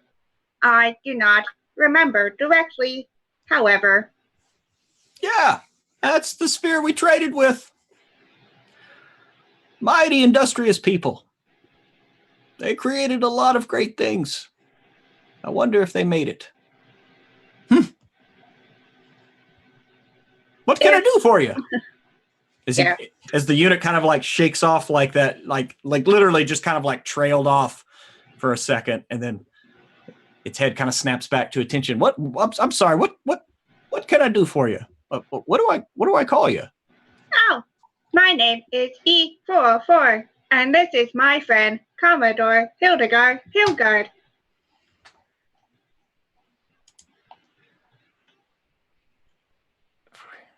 Draw a bath for your lover? Is that what's going on there, Grant? Anyway, we're gonna work on getting the overlay fixed. But while you're at it, be sure to draw a bath for your lover. It's something to keep a spark in that relationship. It might be the thing you need. I mean, who needs Valentine's Day to say that you care? Nobody's ever drawn a fucking bath for me. If somebody did, I'd be impressed. I have drawn baths for girlfriends in the past. I can say that in all honesty. Anyway. Don't worry about it. Well, we're still here. There are no baths yet, but maybe we'll get to an oil bath for E here in a minute. All right. So, what do I call you? E404, and this is my friend Commodore Hildegard Hilgard. Oh yeah, you said that already. Sorry, Yes. I got distracted by something. Mine's not what it used to be. Yeah, well, E404, that's right. E units. What is your name? Oh, well, I am Pony. That was my name. Still is my name. I see. Well, we are investigating an incident that happened at the palace. It involved a E unit, or whatever the constructs here are called. Oh, you mean one of the ones that hasn't been incorporated yet? That is correct if you mean they do not have a soul bound to their bodies. Yes. Mm-hmm. Yeah, they can do a little bit pretty okay. Sure.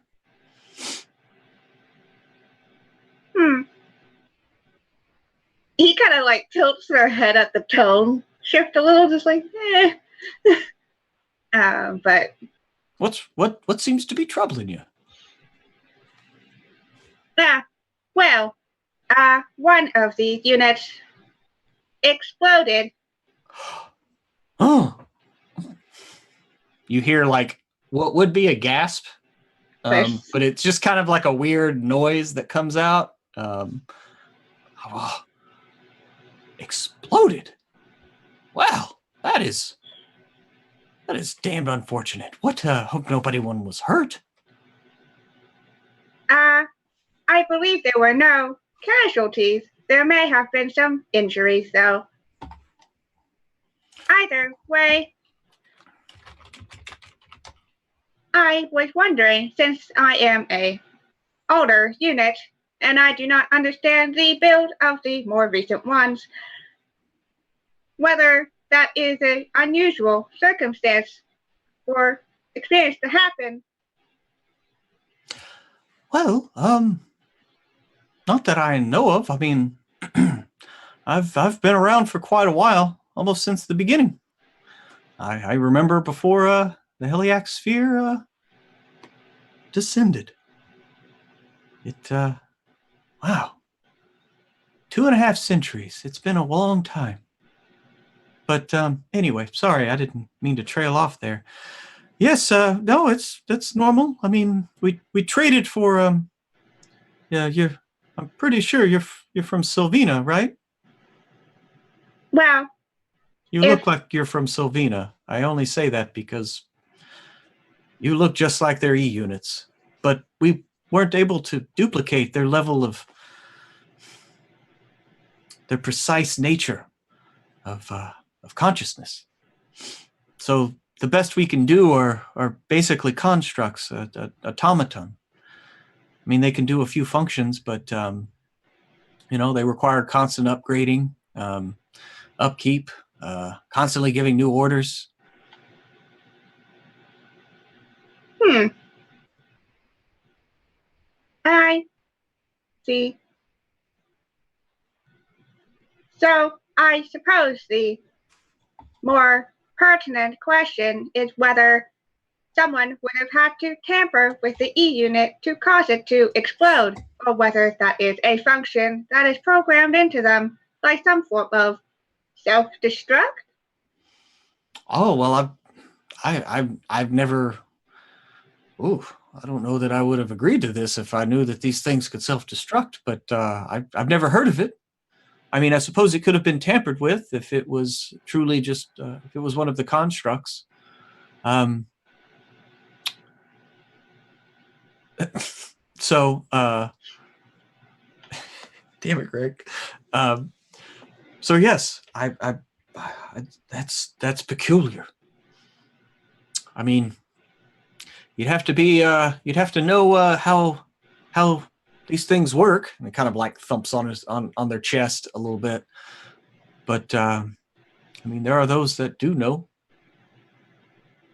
Where would we be able to find these people around here? Oh well, kind of like looks around and like next to the eagle factory, or foundry.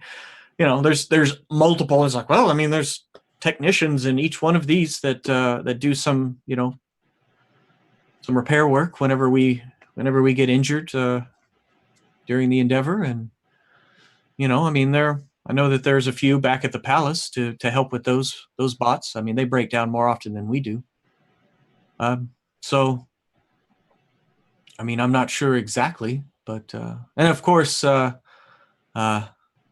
he and he kind of like looks up at like straight at the sun, and you can still kind of see that glint of the forge up there. It's like, and of course there is the forge master.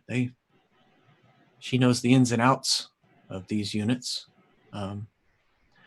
She was the one that gave us this ability to bind. I mean,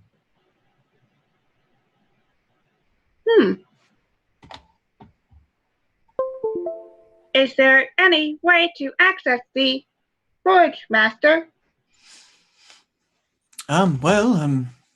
She has come down from the Skyforge occasionally, but it's been at least a century, I think. She does not like to be taken from her work, but yeah, I suppose you could call for her. I'd have to talk to one of the foremen at the foundries. They'd have to get a communique up to her. I suppose you could fly there yourself. It would take a bit.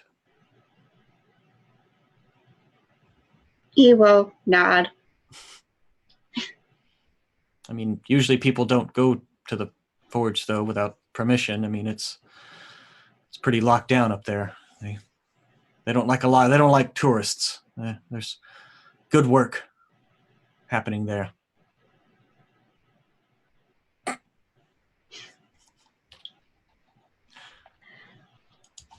I understand. Thank you for your help. I appreciate it. Well, thank you, and you have a good day there, E404. I have a question for you. Oh, yes, ma'am.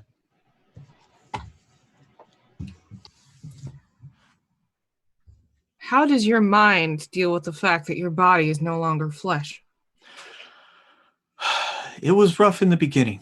I'm not gonna lie. Some people, there are those that they can't take to it, and their spirits are released. So But- you can do. Are you? If you decided I'm tired, I don't want to do this anymore. Could you stop? I mean, I could, but we haven't finished the endeavor yet. I mean, it's important work. Do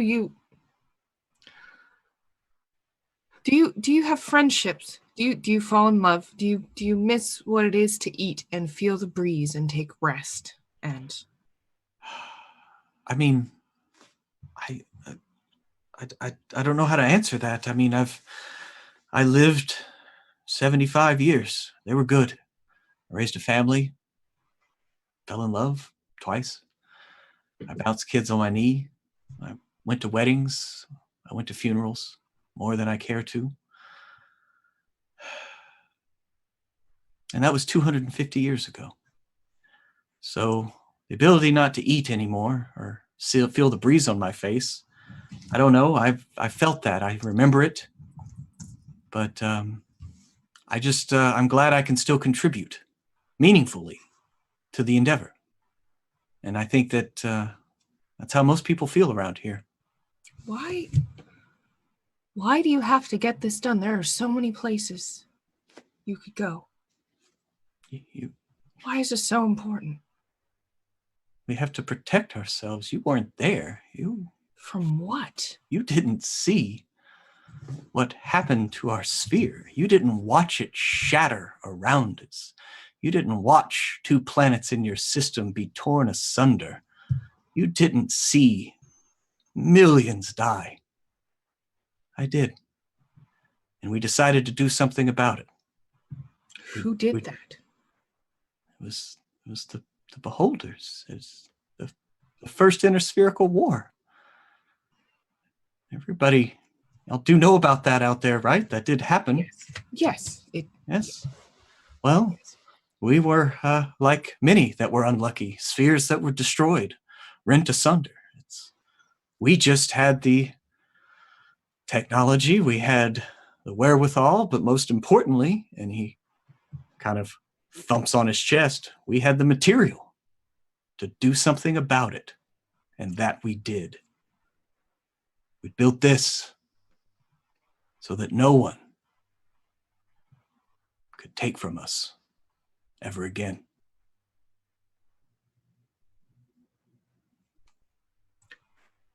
Thank you for your honesty. Oh, it's you're welcome. And you see the unit like reach up and like touch its cheek and then shake its head and like kind of walk off. I need to get back to work, but I hope y'all have a good day. Thank you, Tony. Oh, fucking. And then I finally look at the chat.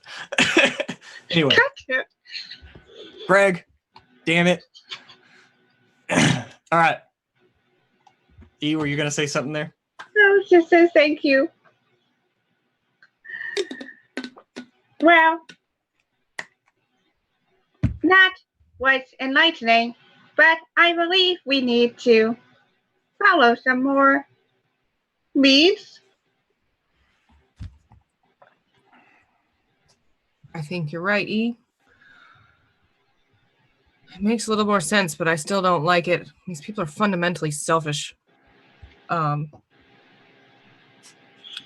Hilda takes out something that she's had since the very first episode in her pocket. Oh my. Nobody said anything about. She has a tiny jar with a tiny tentacle inside. She says if these people hadn't kept this stuff to themselves, maybe it wouldn't have happened again and again.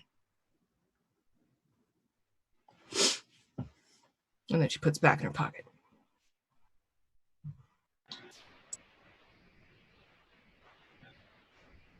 He will ruminate on that thought.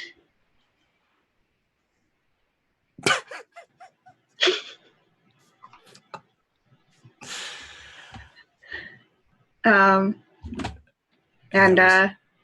we'll place a hand on Hilda's shoulder, probably, trying to be reassuring, but probably a little too hard, like just kind of instead of like a gentle pat. Mm-hmm.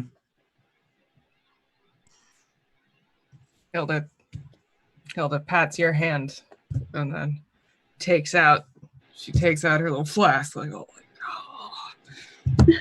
Angry swig. Okay. Mm-hmm. And with that, we'll cut back into inside the Eagle Foundry, and this little bookish old guy.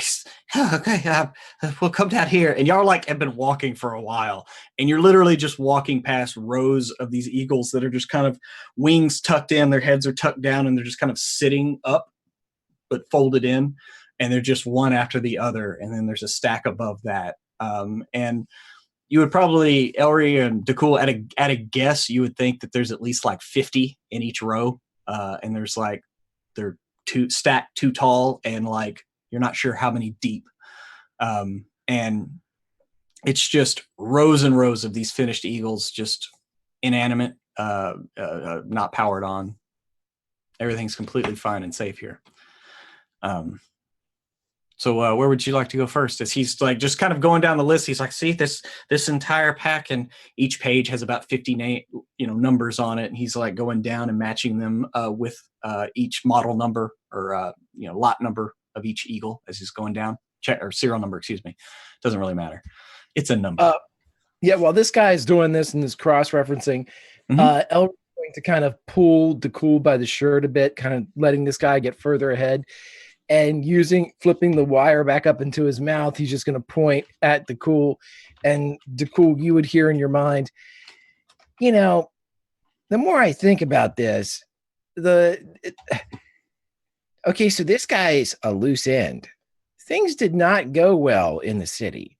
This guy knows where the eagles came from, can identify certain.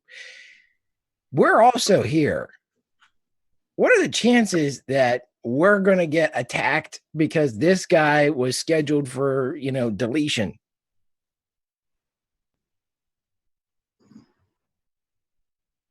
I see where you're coming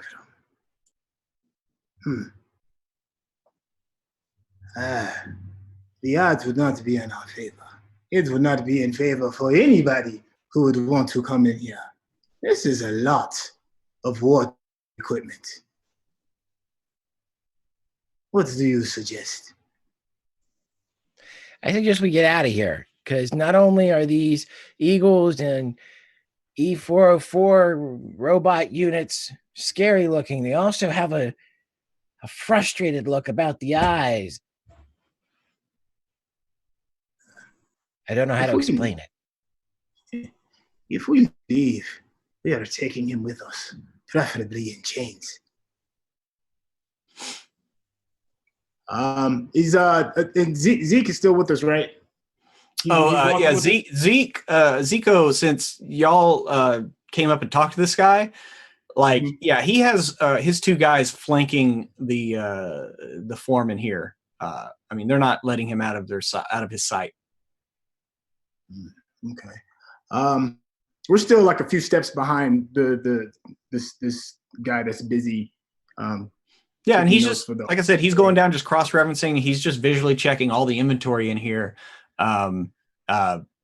making sure nothing else. But he's just getting down to the end of a row, and that's when he's finally like, well, the ones they took should be back here.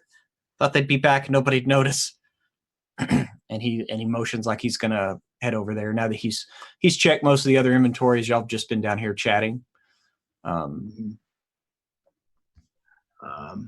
Dakul would whisper back to Elry, use your talking gadget and tell Zeke that we are about to leave. And before we go, bind this little troublemaker up so that he can be thoroughly questioned. Yeah, Ellery would relate all of that. But he was also going to relate to the little troublemaker. What makes you think they're going to let you live? Even if we do, what makes you think they will? I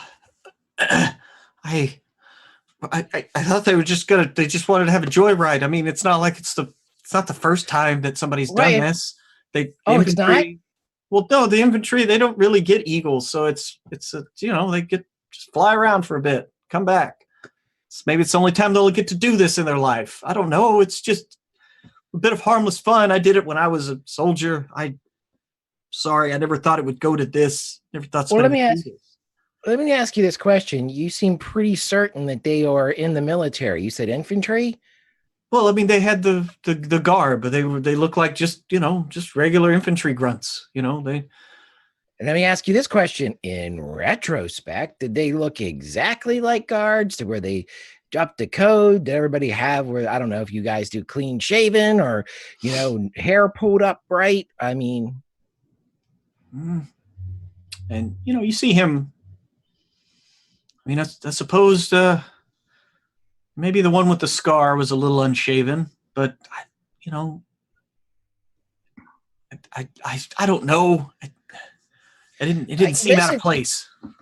It's no concern to me because even if we leave you here, you're dead by morning, and you know that, right? These people tried to kill the queen, and you're the only person that knows where they came. You're a part of the trail. I mean, you don't have anything else to tell us? I mean, wow, I'd be lying at this point. I wish I did. I don't know, please. And he drops to his knees in front of Dakul and begins just pleading. You think you smell urine. You're not sure. No, it's definitely urine. Yeah. And he's just like, he's babbling incoherently at this point. Dakul's definitely gonna push him off of him. He's not trying to get pissed on him, especially on his fine robes. So you look at Ellery, and think maybe he should stay here. He may not be as involved as I previously thought. Okay. So we still haven't gotten the information on where the missing two are. Well, no. So, he motions you around, and sure enough, there are at the very in the very back row. Furthest away from where prying eyes would see, there are definitely two eagles that are missing from where they should be. Okay. And then he'll ask this guy. So we have found the missing two, and there is nothing in your logbook with a name. What is there? No, I mean, I wouldn't put a name. That's supposed to happen. It's off the books. I admit that. I'm sorry. I'm so sorry. I just thought you're babbling. He's ugly. He's Russell Crowe in Gladiator, ugly crying. There's snot coming out. I mean, it's bad. Dakul's gonna look back at Ellery again and say he cannot help us. However, is there a way that you can track these birds? You talked about those chips that you kept shielded, those indent chips. Yes, the imprint chips. Yes, they keep them from imprinting. What about them? They're magical, right? I mean, yes, there's a spot of magic to them. They're pretty specific. I mean, I guess. Is that great? The more specific, the better. How can we track them? I don't know if you have some kind of locate spell. Maybe you would find it since they would only be here. I don't know if they would have taken them out of their birds or not, but I suppose that's how you it would be a way. It would. Yes. You could do that. Did I help? Now, see, I don't believe you now because I mentioned lying, and now you're grasping at straws. I just want to help. I seriously, please don't kill me. I mean, he goes back to again, just like pleading at the feet of Dakul. One more question. Is it possible for any one person to control all of this? What do you mean control? Like just you? I mean, I guess you could program them if you could do that. We don't really program the eagles, though. We just program them to imprint and bond and listen to a master.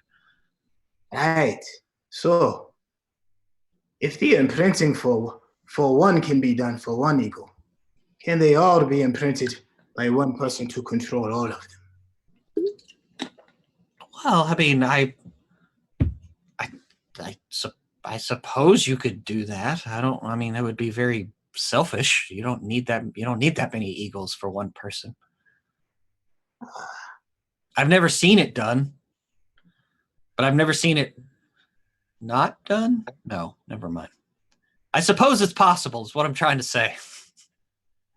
Yeah, the Dakota's gonna look back at Ellery again. Be like, he may still have some value there. In Dakul's mind, Dakul would hear Ellery say, "We need to leave now. Because if somebody can control all of this, we're in the middle of an army." Yes. Then Dakul's gonna snap to attention, shake it off, and look at Zico and give him the nod since he's already since Ellery's already let him know what's up. To bring little snot dripper with us. We are leaving now. And I know that there was a couple of other guards, right? That were with us. Dakul would tell them, go find E4 and the commandant. Yes, sir. And kind of like looks at Zico, but then just does it.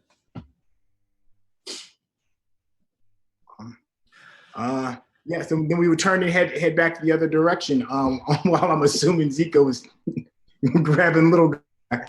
Yeah, at this point he has taken him into custody and like bound his hands behind his back and is basically treating him as a prisoner. And they head back outside. By the time y'all get kind of back to the front of the foundry, Hilda E, one of the the Queen's Guard comes up. Your compatriot Dakul would like to see you.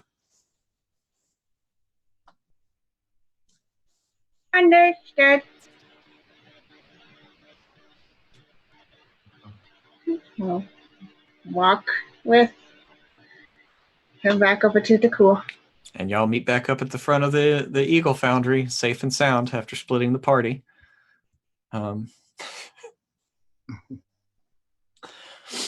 And all the Eagles are there, waiting that y'all kind of flew in on. Where would y'all like to? What would y'all like to do now? What time is our meeting back at the palace? Yeah, Zico's like, but if we pushed hard, y'all would have time to freshen up a bit before. But you should probably head back soon. Besides, we need to debrief this one.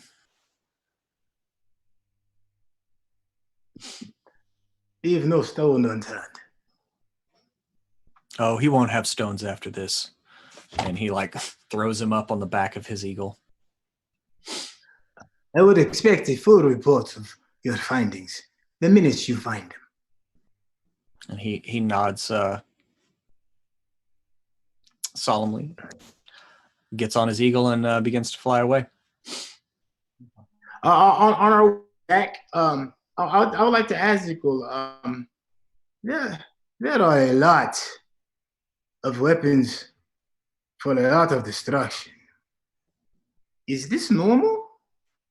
Or is there something else that we do not know of? It appears like you might be getting ready for a big conflict. Well, they not that I know of. I mean, we are prepared to defend ourselves, for sure. We train rigorously to do so. These eagles themselves, they don't have any weaponry on them other than their beak and claw. They're mostly used for transportation, but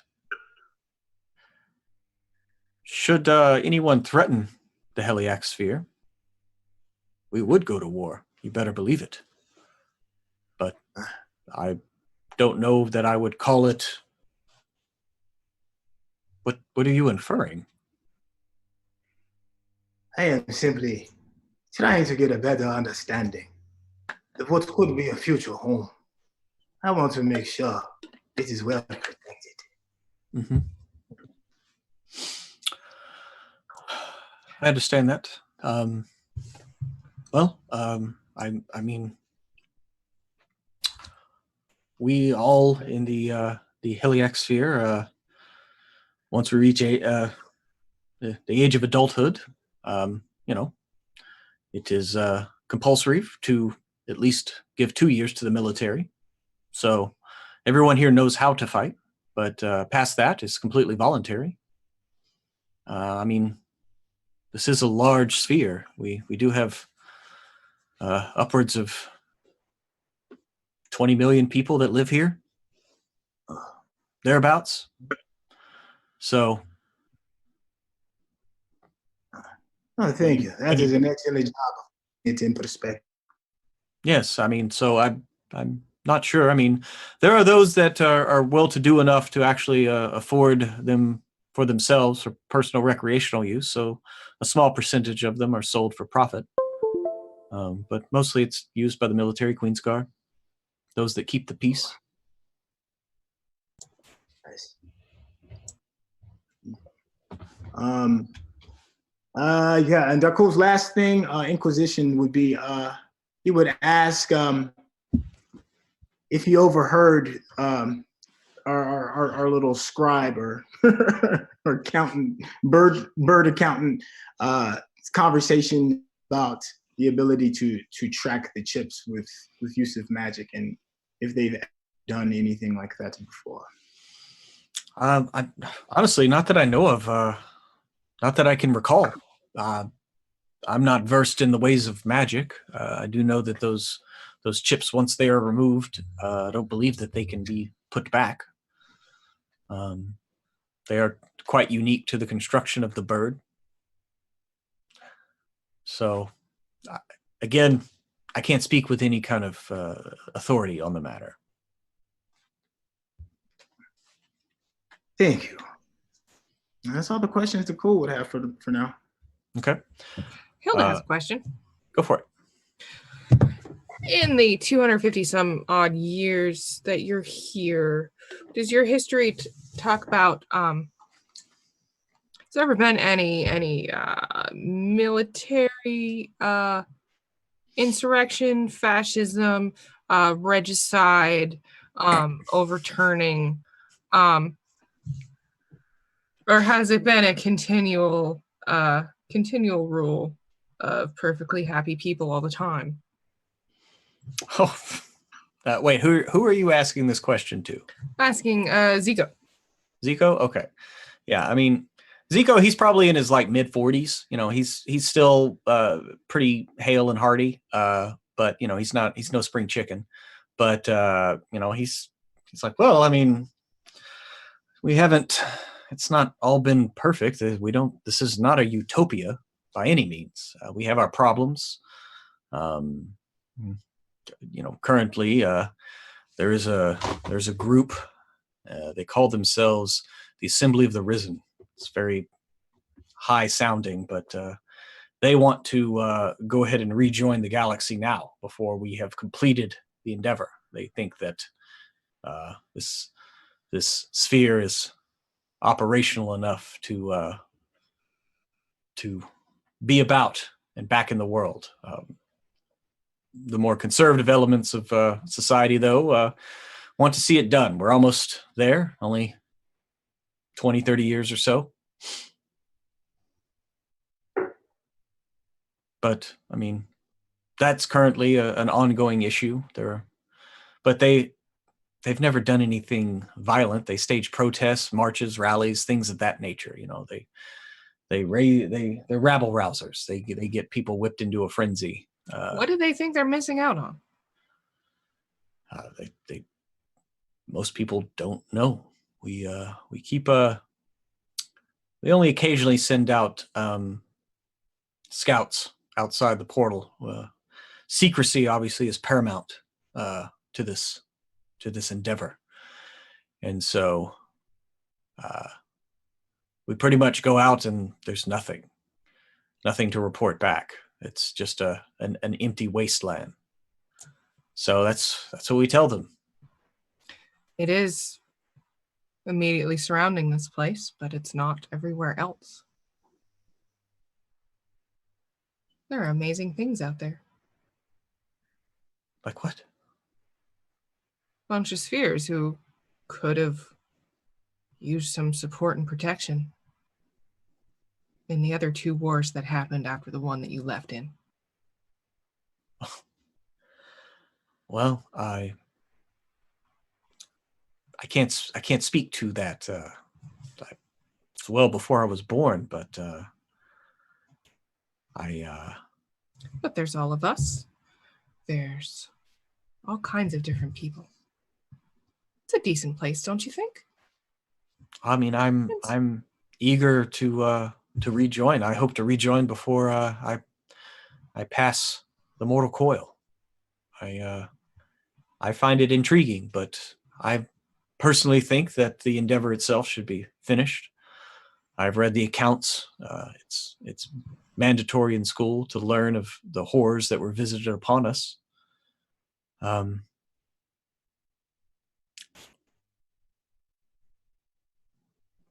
Horrors. You sure about that? Horrors. I'm sorry that I'm from the South and we tend to have a bit of a drawl. Oh, the horrors. Oh, the horrors, I do declare. They have been visited upon me in great number and frequency, even. Oh.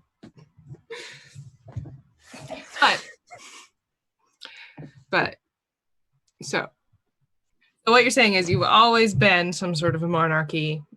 It's always been the same line the entire time. There's never been any assassination attempts, any... I mean, there was the unfortunate accident with the king a decade ago, but it was not ruled as foul play. It was just an unfortunate incident. What happened to him? Well, I'm not sure I'm really supposed to talk about it, but Oh, that means you should definitely talk about it. Well, it was just an unfortunate accident. He wanted to visit the Foundry site.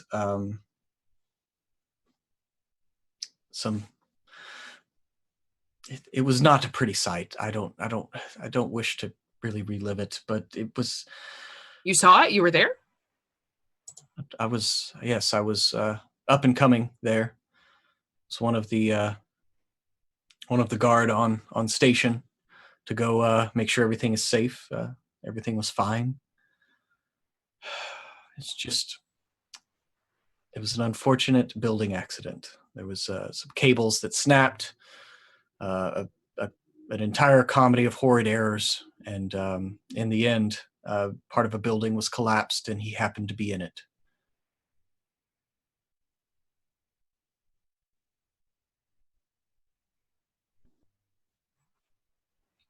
Do you believe that it was an accident?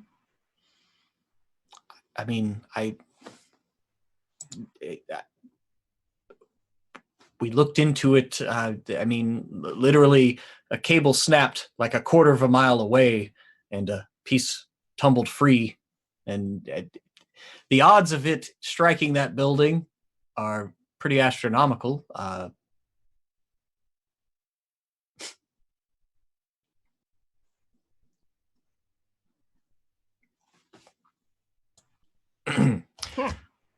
But I mean, it was ruled a sad day, you know.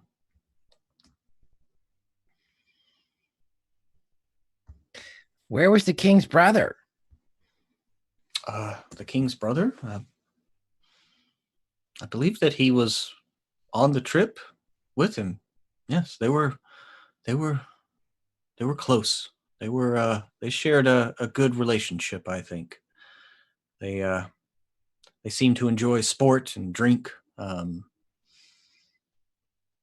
king's brother, I mean, he wasn't. I don't think he was badly injured, but I'm pretty sure he was there.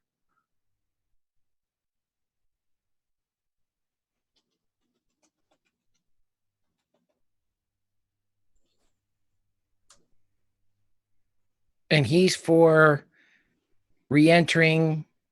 The king's brother is for moving ahead before the endeavor's finished. He wants to rejoin his kids. I've heard, pray tell.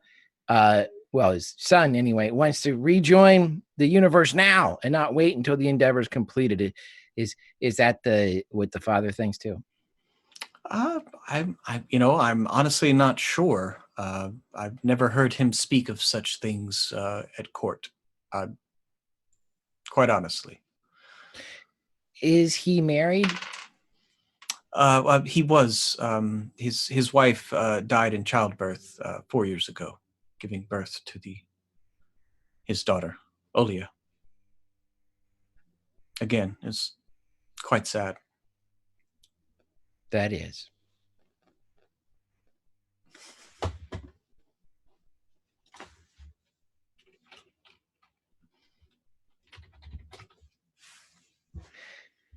I'm about ready to make my decision on who's at fault here, but I just need one final bit of evidence. Okay. Where would testicles, wallet, and watch? Let's go. Pulls out a pipe, puts on his little hat. Sherlock Gnomes. Never mind, you're a halfling. Don't worry about it. But I'm totally gonna make that character now. So, where would y'all like to head now? Head back to the palace? Yep. Okay, y'all mount, get astride your eagles and fly back. You can see as you are moving across, you can see like the forge itself that is up by the star of this sphere is kind of moving in, and now the Foundry is starting to kind of cross the Terminator into night is kind of crossing across the Foundry. You're kind of basically riding ahead of nightfall, and it looks like just kind of observation tells you that this forge kind of functions as a way to eclipse the landmass to kind of give a sense of night. So by the time you get back to the palace itself, night is approaching, in a manner of speaking.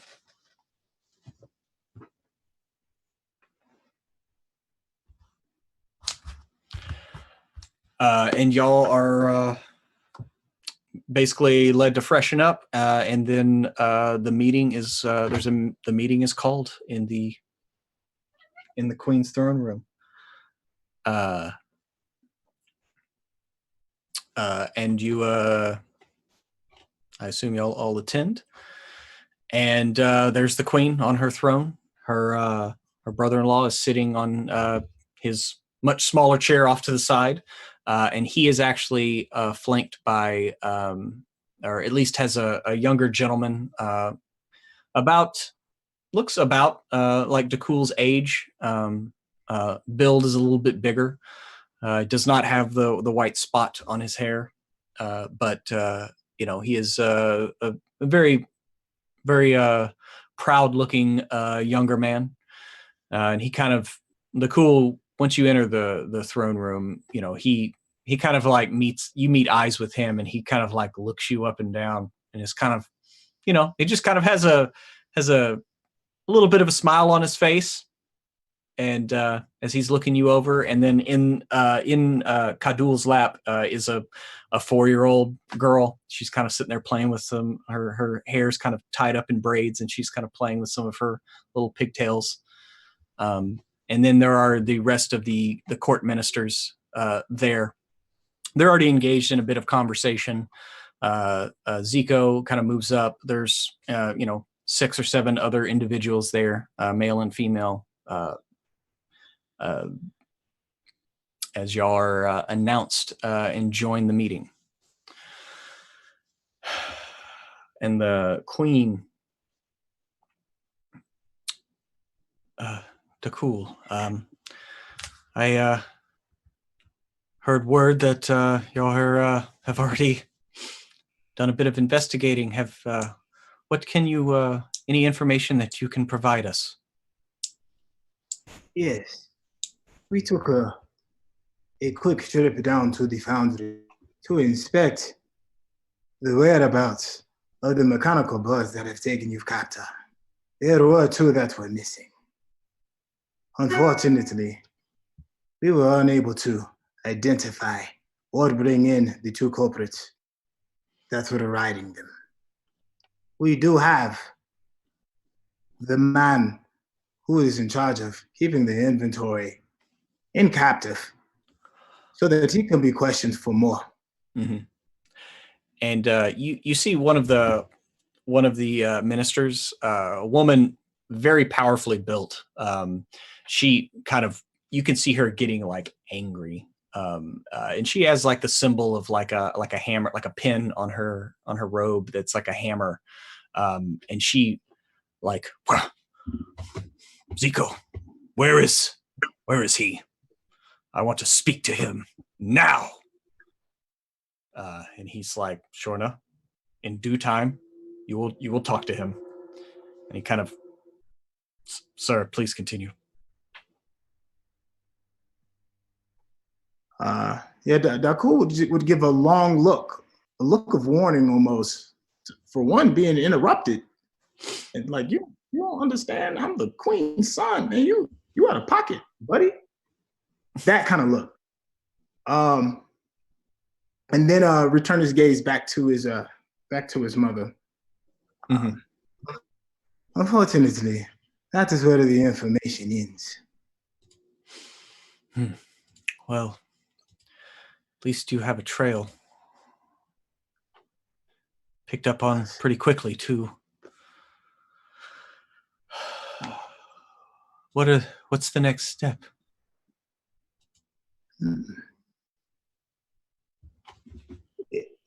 I believe if we can find where the mechanical birds are located, with a long shot of using magic to track the chips that they are used to link, it is possible that we can find who your coasters, who the people were that took you, and vigorously interrogate them to get to the bottom.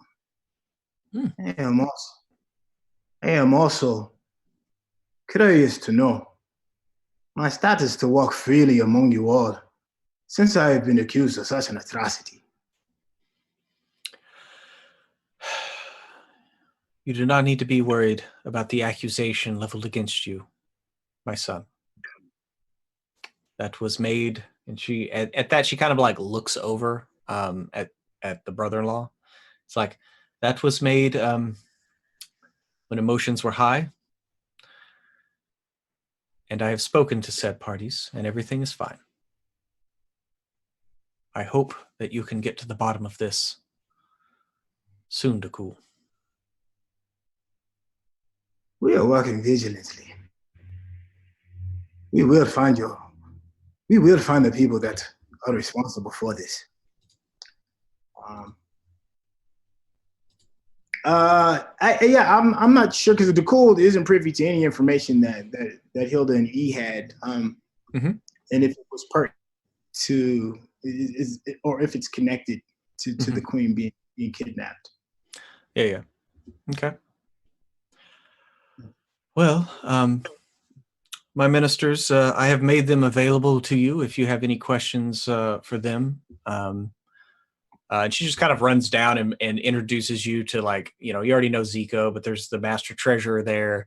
There's the master builder, the woman who's Shorna, who spoke up in anger. She's the master builder. There's also the adjutant general of the military, the head vizier, the kind of the court mage. Then there's also the chief of Commonwealth, and then the master of the harvest. And she kind of just introduces, just kind of runs down the line. And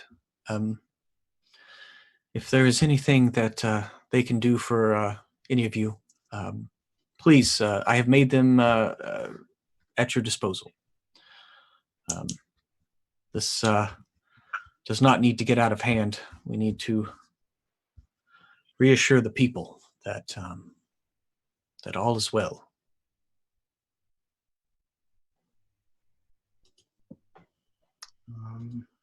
Hey team, yeah, I'm at a loss for any other questions. Anybody else got any other questions? I do. When we first got here, it was strongly hinted at that there was or had been, maybe not violence, but at least the potential for severe political disagreement.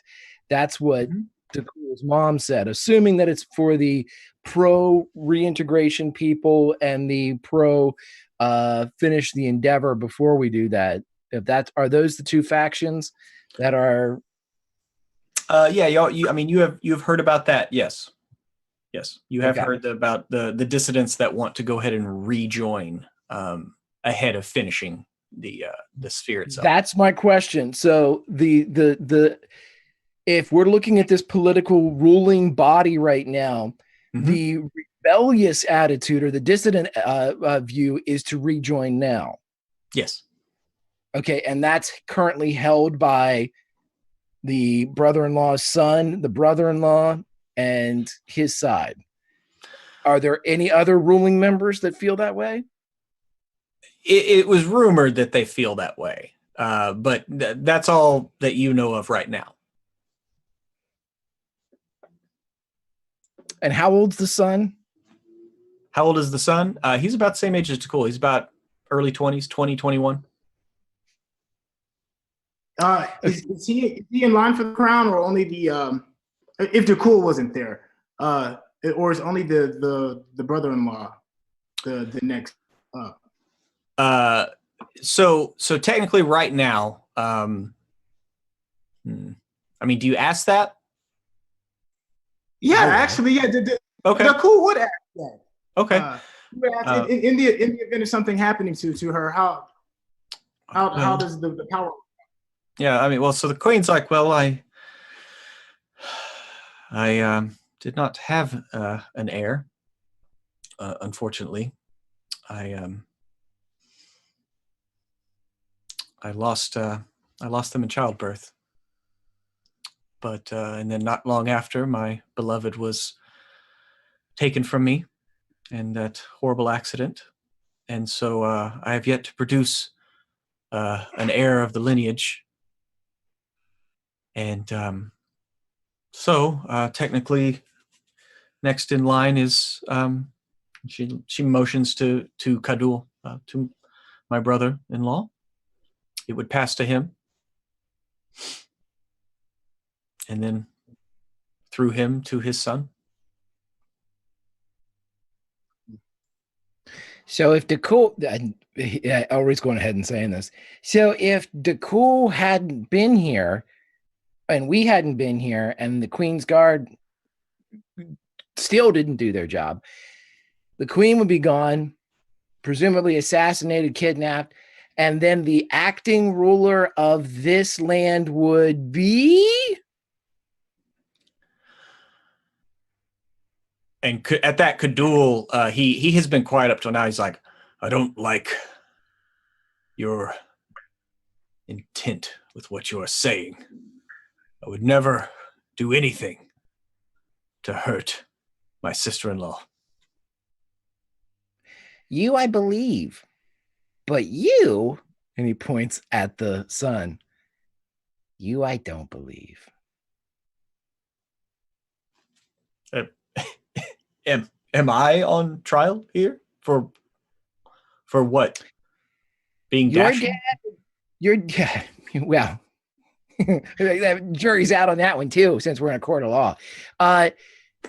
Your dad takes over if the queen disappears, leaving you what, a heartbeat away?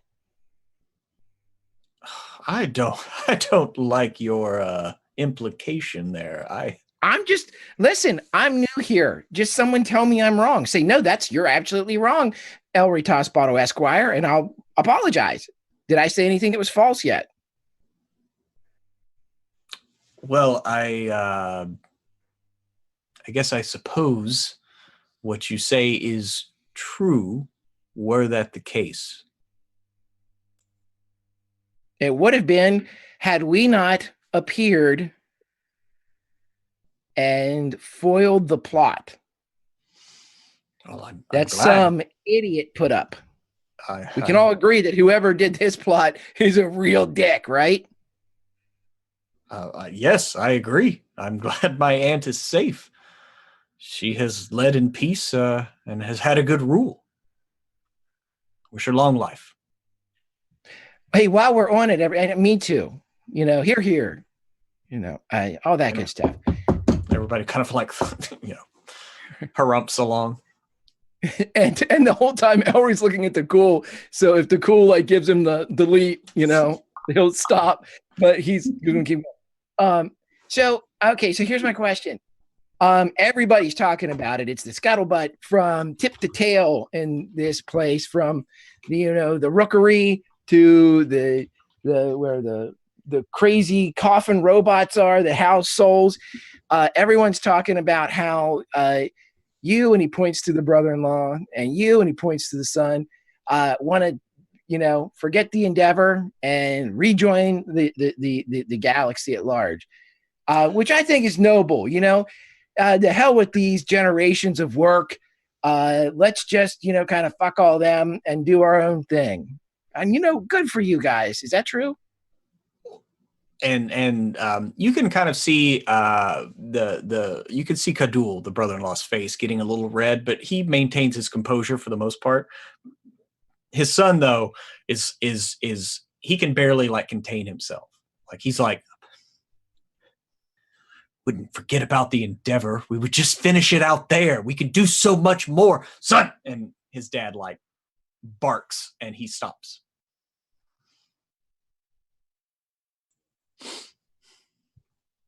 Hey, well, that's awesome. I mean, you guys are passionate. You gotta like that.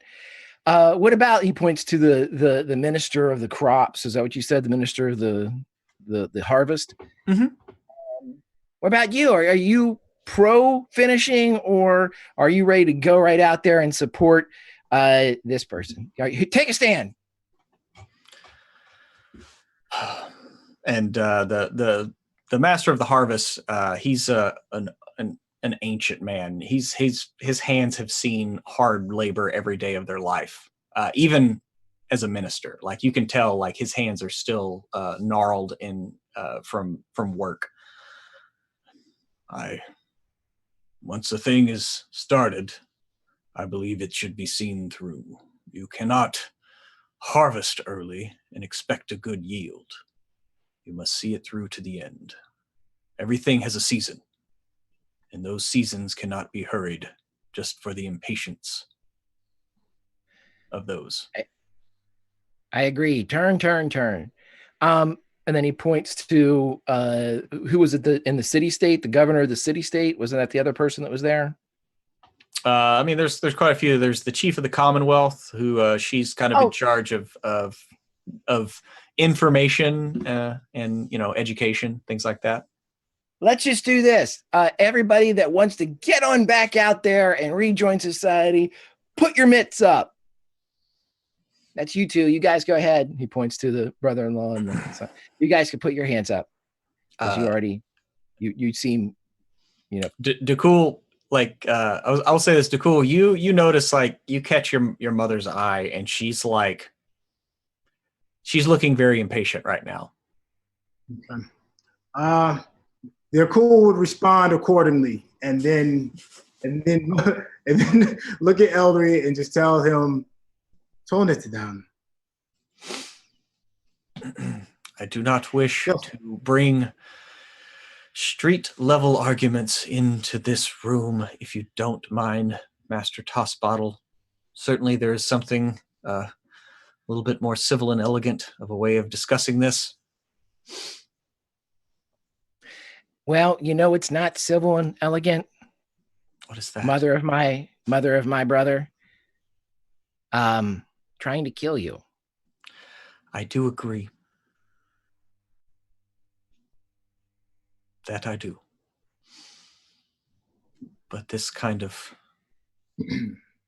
tribalism trying to pit us against each other, I see what you are doing. It makes me sad to see such conflicts within my ministers. Me too. Well, so we can figure all this out, and we'll do it very civilly. And I apologize to this esteemed body. All we need are the bodies of the people that we savagely murdered in defense of the queen. We need them brought here. What's remaining of them? We need their bodies brought. The ones that we viciously, savagely murdered in the streets of your city. The ones that we cut down like so much bullshit. Can we have those? Yeah. Yes. Please. Yes. Okay. I apologize. Can we have their mutilated, thunderously defiled corpses brought here? They still need a mouth. They need a mouth. Preferably, if they've got a mouth, for no other reasons than magic, you sick sons of bitches. Elry! What? Mother. It had to be said. Oh, you must understand. Did it? Elry is doing this for all of the best intentions. He is inspired by vigorously trying to get down to the bottom of who wants to do you harm. Well, he certainly is uncouth in his manner. Yes, Thank uncouth, but very effective, Mother. Elry, please, Yes. for everyone in court, do as he says. Give us your dead.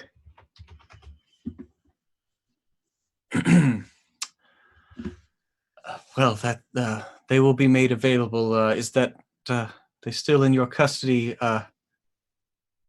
Master Zico? And he nods. It's like, I will take you to them if you would like. Sounds Thank great. you. Okay.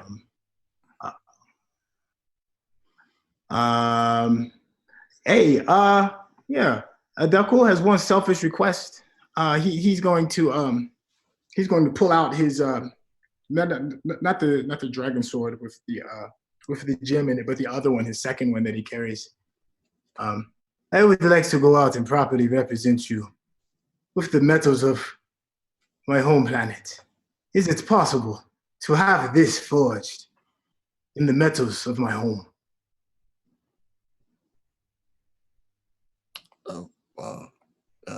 And they all kind of turn and look at the master builder, Shorna, and she's an impressive woman. She obviously works the forge. Hilda can tell, like, you look at someone, you're like, oh, you work the forge, yeah. And she steps over to you, and she's a good half a head taller than Dakul, and takes the sword. That shouldn't take too long. Yeah. I can do that for you. Thank you. It is only to honor you all. And Dakul will bow as he says that. And with that, she kind of puts it back in the sheath and stuffs it into her belt.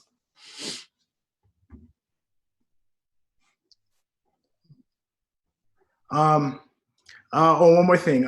Before this meeting is done, Mother, I would like to have just a word with you. Of course. Excuse me, not before. I mean after. Excuse me, after the meeting is adjourned. Just a moment. Of course. If there are no other questions for everyone here, then we will adjourn the meeting.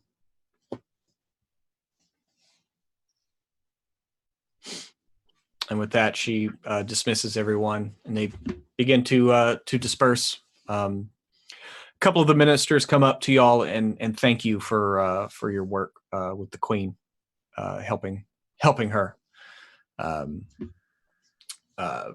Kadul and his son, they depart immediately. It looks like Kadul is like scolding his son as they walk away, on keeping him. Y'all kind of overhear, keep your tongue in check, as he's leaving.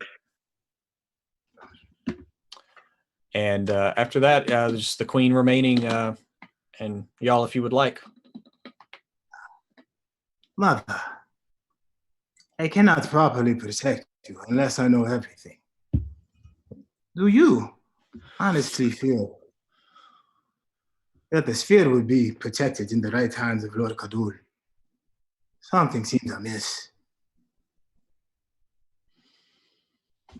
I'm sorry, could you repeat that? If what?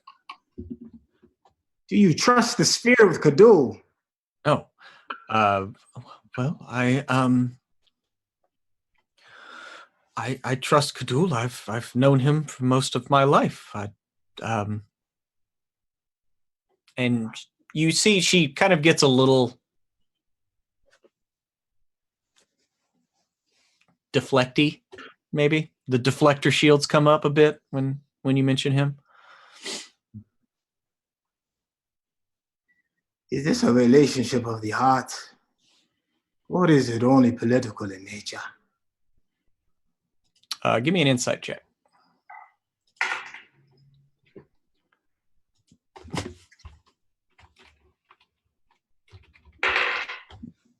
$14. 14. You see a slight flushing on her face when you mention that, and well, I don't know what you mean, Dakul.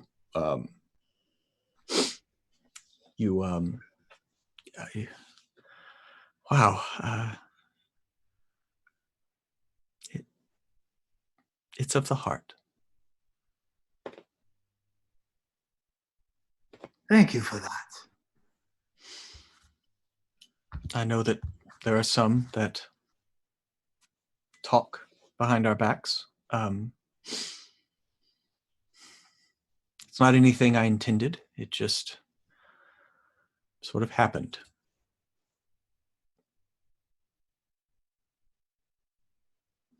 Okay. Well, then I will not trouble you anymore. Thank you. I need to know your enemies, secret or otherwise. I cannot protect you, grasping straws. Well, the only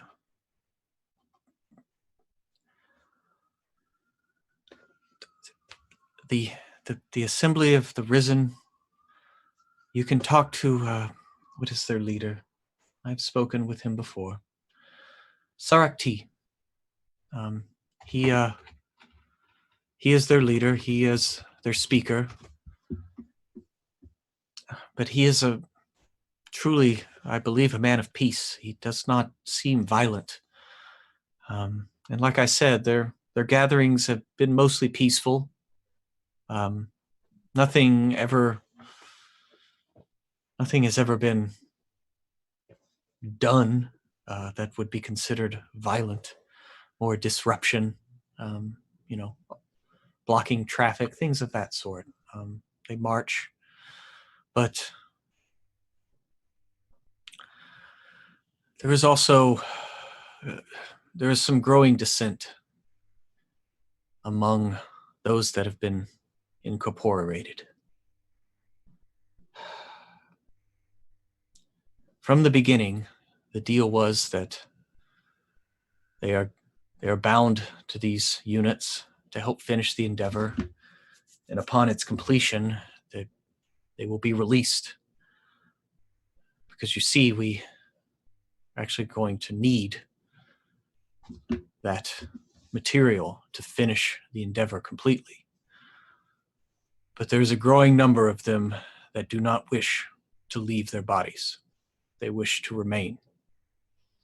They wish to stay. It is not all, but it is some.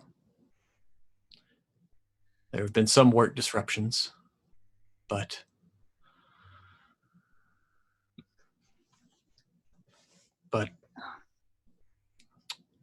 for the most part, the endeavor is continuing and is on schedule.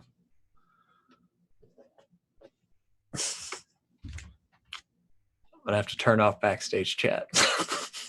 Both. But yeah, she kind of tells you of this growing uneasiness amongst. Thank you, Mother. This will help us tremendously. I will let you know what we find. And he's gonna bow, respectfully, and then head back to his crew if they're not already listening. I assume they were kind of off. She was speaking kind of in hushed tones, especially about her and the brother-in-law. Okay. Yeah, and Dakul would relay the information about the Risen and Sorte as who we need to find, but he would keep the relationship between her and Kadul, excuse me, to himself. Yeah. Okay. Yeah. And yes, so with that, you are free to leave. Zico is there. He's ready to take you to where they have stored the two assailants, or I'm sorry, the assailant that y'all recovered, but where his body is.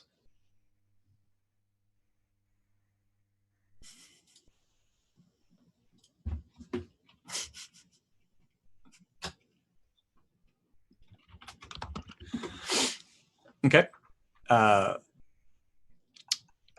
So y'all head over there. And of course, it wouldn't be an ending without opening the door to find the body is missing.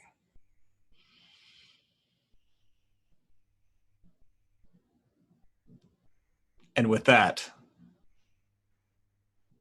Zico looks ashen almost and looks like he's about to bust a blood vessel out of his temple. We must find them. Otherwise, we're going to have to kill the whole sphere. We'll have to kill the whole sphere. Just to find the murderer. But yes, with that, we will leave off there for this evening as the intrigue continues, political and otherwise. And we will draw to a close the curtain on this episode of Starward Bound from the Heliac Sphere, Dakul's home sphere. And until next week. So let's get around to cast and crew, reverse order, as always, see how they liked it, and see where we should go from here. Starting out with you, Emma. That was a wild episode. I like it. I'm angry that guy is missing because I need like a nap, and then everything. I could have done everything. Yes, I love this episode. And what's going on here? And my cat will not shut the fuck up, and it's totally distracting me. Oh, Abby. That's Abby. That's Abby. That's Crabbigail. It's Crabbigail Adams. Yes, Crabbigail friendly. Yes, I'm the communications director for WebDM. I love the show. We have many other shows, including show on YouTube. You may have heard about it, and it's really good. And you should watch all the things that that we do all the time, and also watch the things that all the other lovely people we play with do. Please, thank you. I have to go to bed. I'm really tired. I can't think of anything else to say. I'm so sorry. I love this game. Bye. Oh, awesome. Next up, Greg, Inspector Tossbottle. How was that? We'll crack this case next week, guaranteed. We're gonna in a Flavortown court of law. We will be superior. I can't wait. No, I love this one. I have like numerous theories because I know there are things that Elry would ask that Greg wouldn't, and I know there are things that Greg wants to ask, but Elry would never even think about doing something like that. So I have to kind of temper what we're doing here, but I really like episodes like this because we learn a bunch about finding your enemies great, and in a Shakespearean sense, this is right up there with the classic whodunit for D&D. Really, really fun. Grimjack21502 on the Twitches.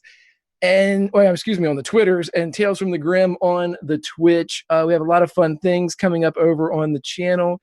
I will, however, say this one. At 4 p.m. on Sunday, 4 p.m. Eastern time on Sunday, we have Highlander, If on a Winter's Night. Pruitt will be a part of that as he is playing a Roman from Rome. And we will be seeing each of the immortals that are being played by Tall Squall and Bird vs. Plane and Alice from Scraticus Academy and Trendane, and of course Pruitt. And Just a Summer Job is Sarah McLeod, our Highlander. It's going to be super duper fun, so we get to see who's going to win. That'll be fun, but turn back next time because we need to see if Elry Mason can crack this case, take it home, and put another win in his legal books. His briefs are off, and next week, so is the law. We'll see. Certainly a brief case in that regard. Next up, Kiana. Oh, this was so much fun. I always love Tuesday nights and getting to play with you guys for almost a year now, which is fucking wild. Mm-hmm. It's been a year, I think, since you asked me, Pruitt, if I was free on Tuesday nights, and when you were totally expecting a no, I'm busy. Yep. Well, I had heard about 20 no's up to that point. I'm like, no, I'm sorry, I'm busy, I can't, blah blah blah. And I was seriously losing hope. And here you are. Yay. Oh my god, it's been amazing. Yeah. And then in terms of like the case and stuff, I feel like E would be better at these things than I am, because E is a logical, actual computer who is able to store all the data and start connecting things. And I am a very tired university student trying her best to hold on to everything. So, yeah, it's been fun. And it's been interesting playing E surrounded by a bunch of Warforged, because they have never had that in their life ever. Mm-hmm. And they're just like, what? This is kind of a mixture of, this is so cool. I don't think they think it's weird.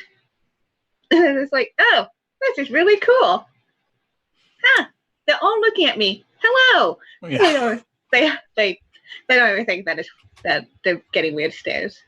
Sweet, sweet Bab. But yes, can't wait for next week and to figure out what the fuck's going on. Why is there a body that disappeared?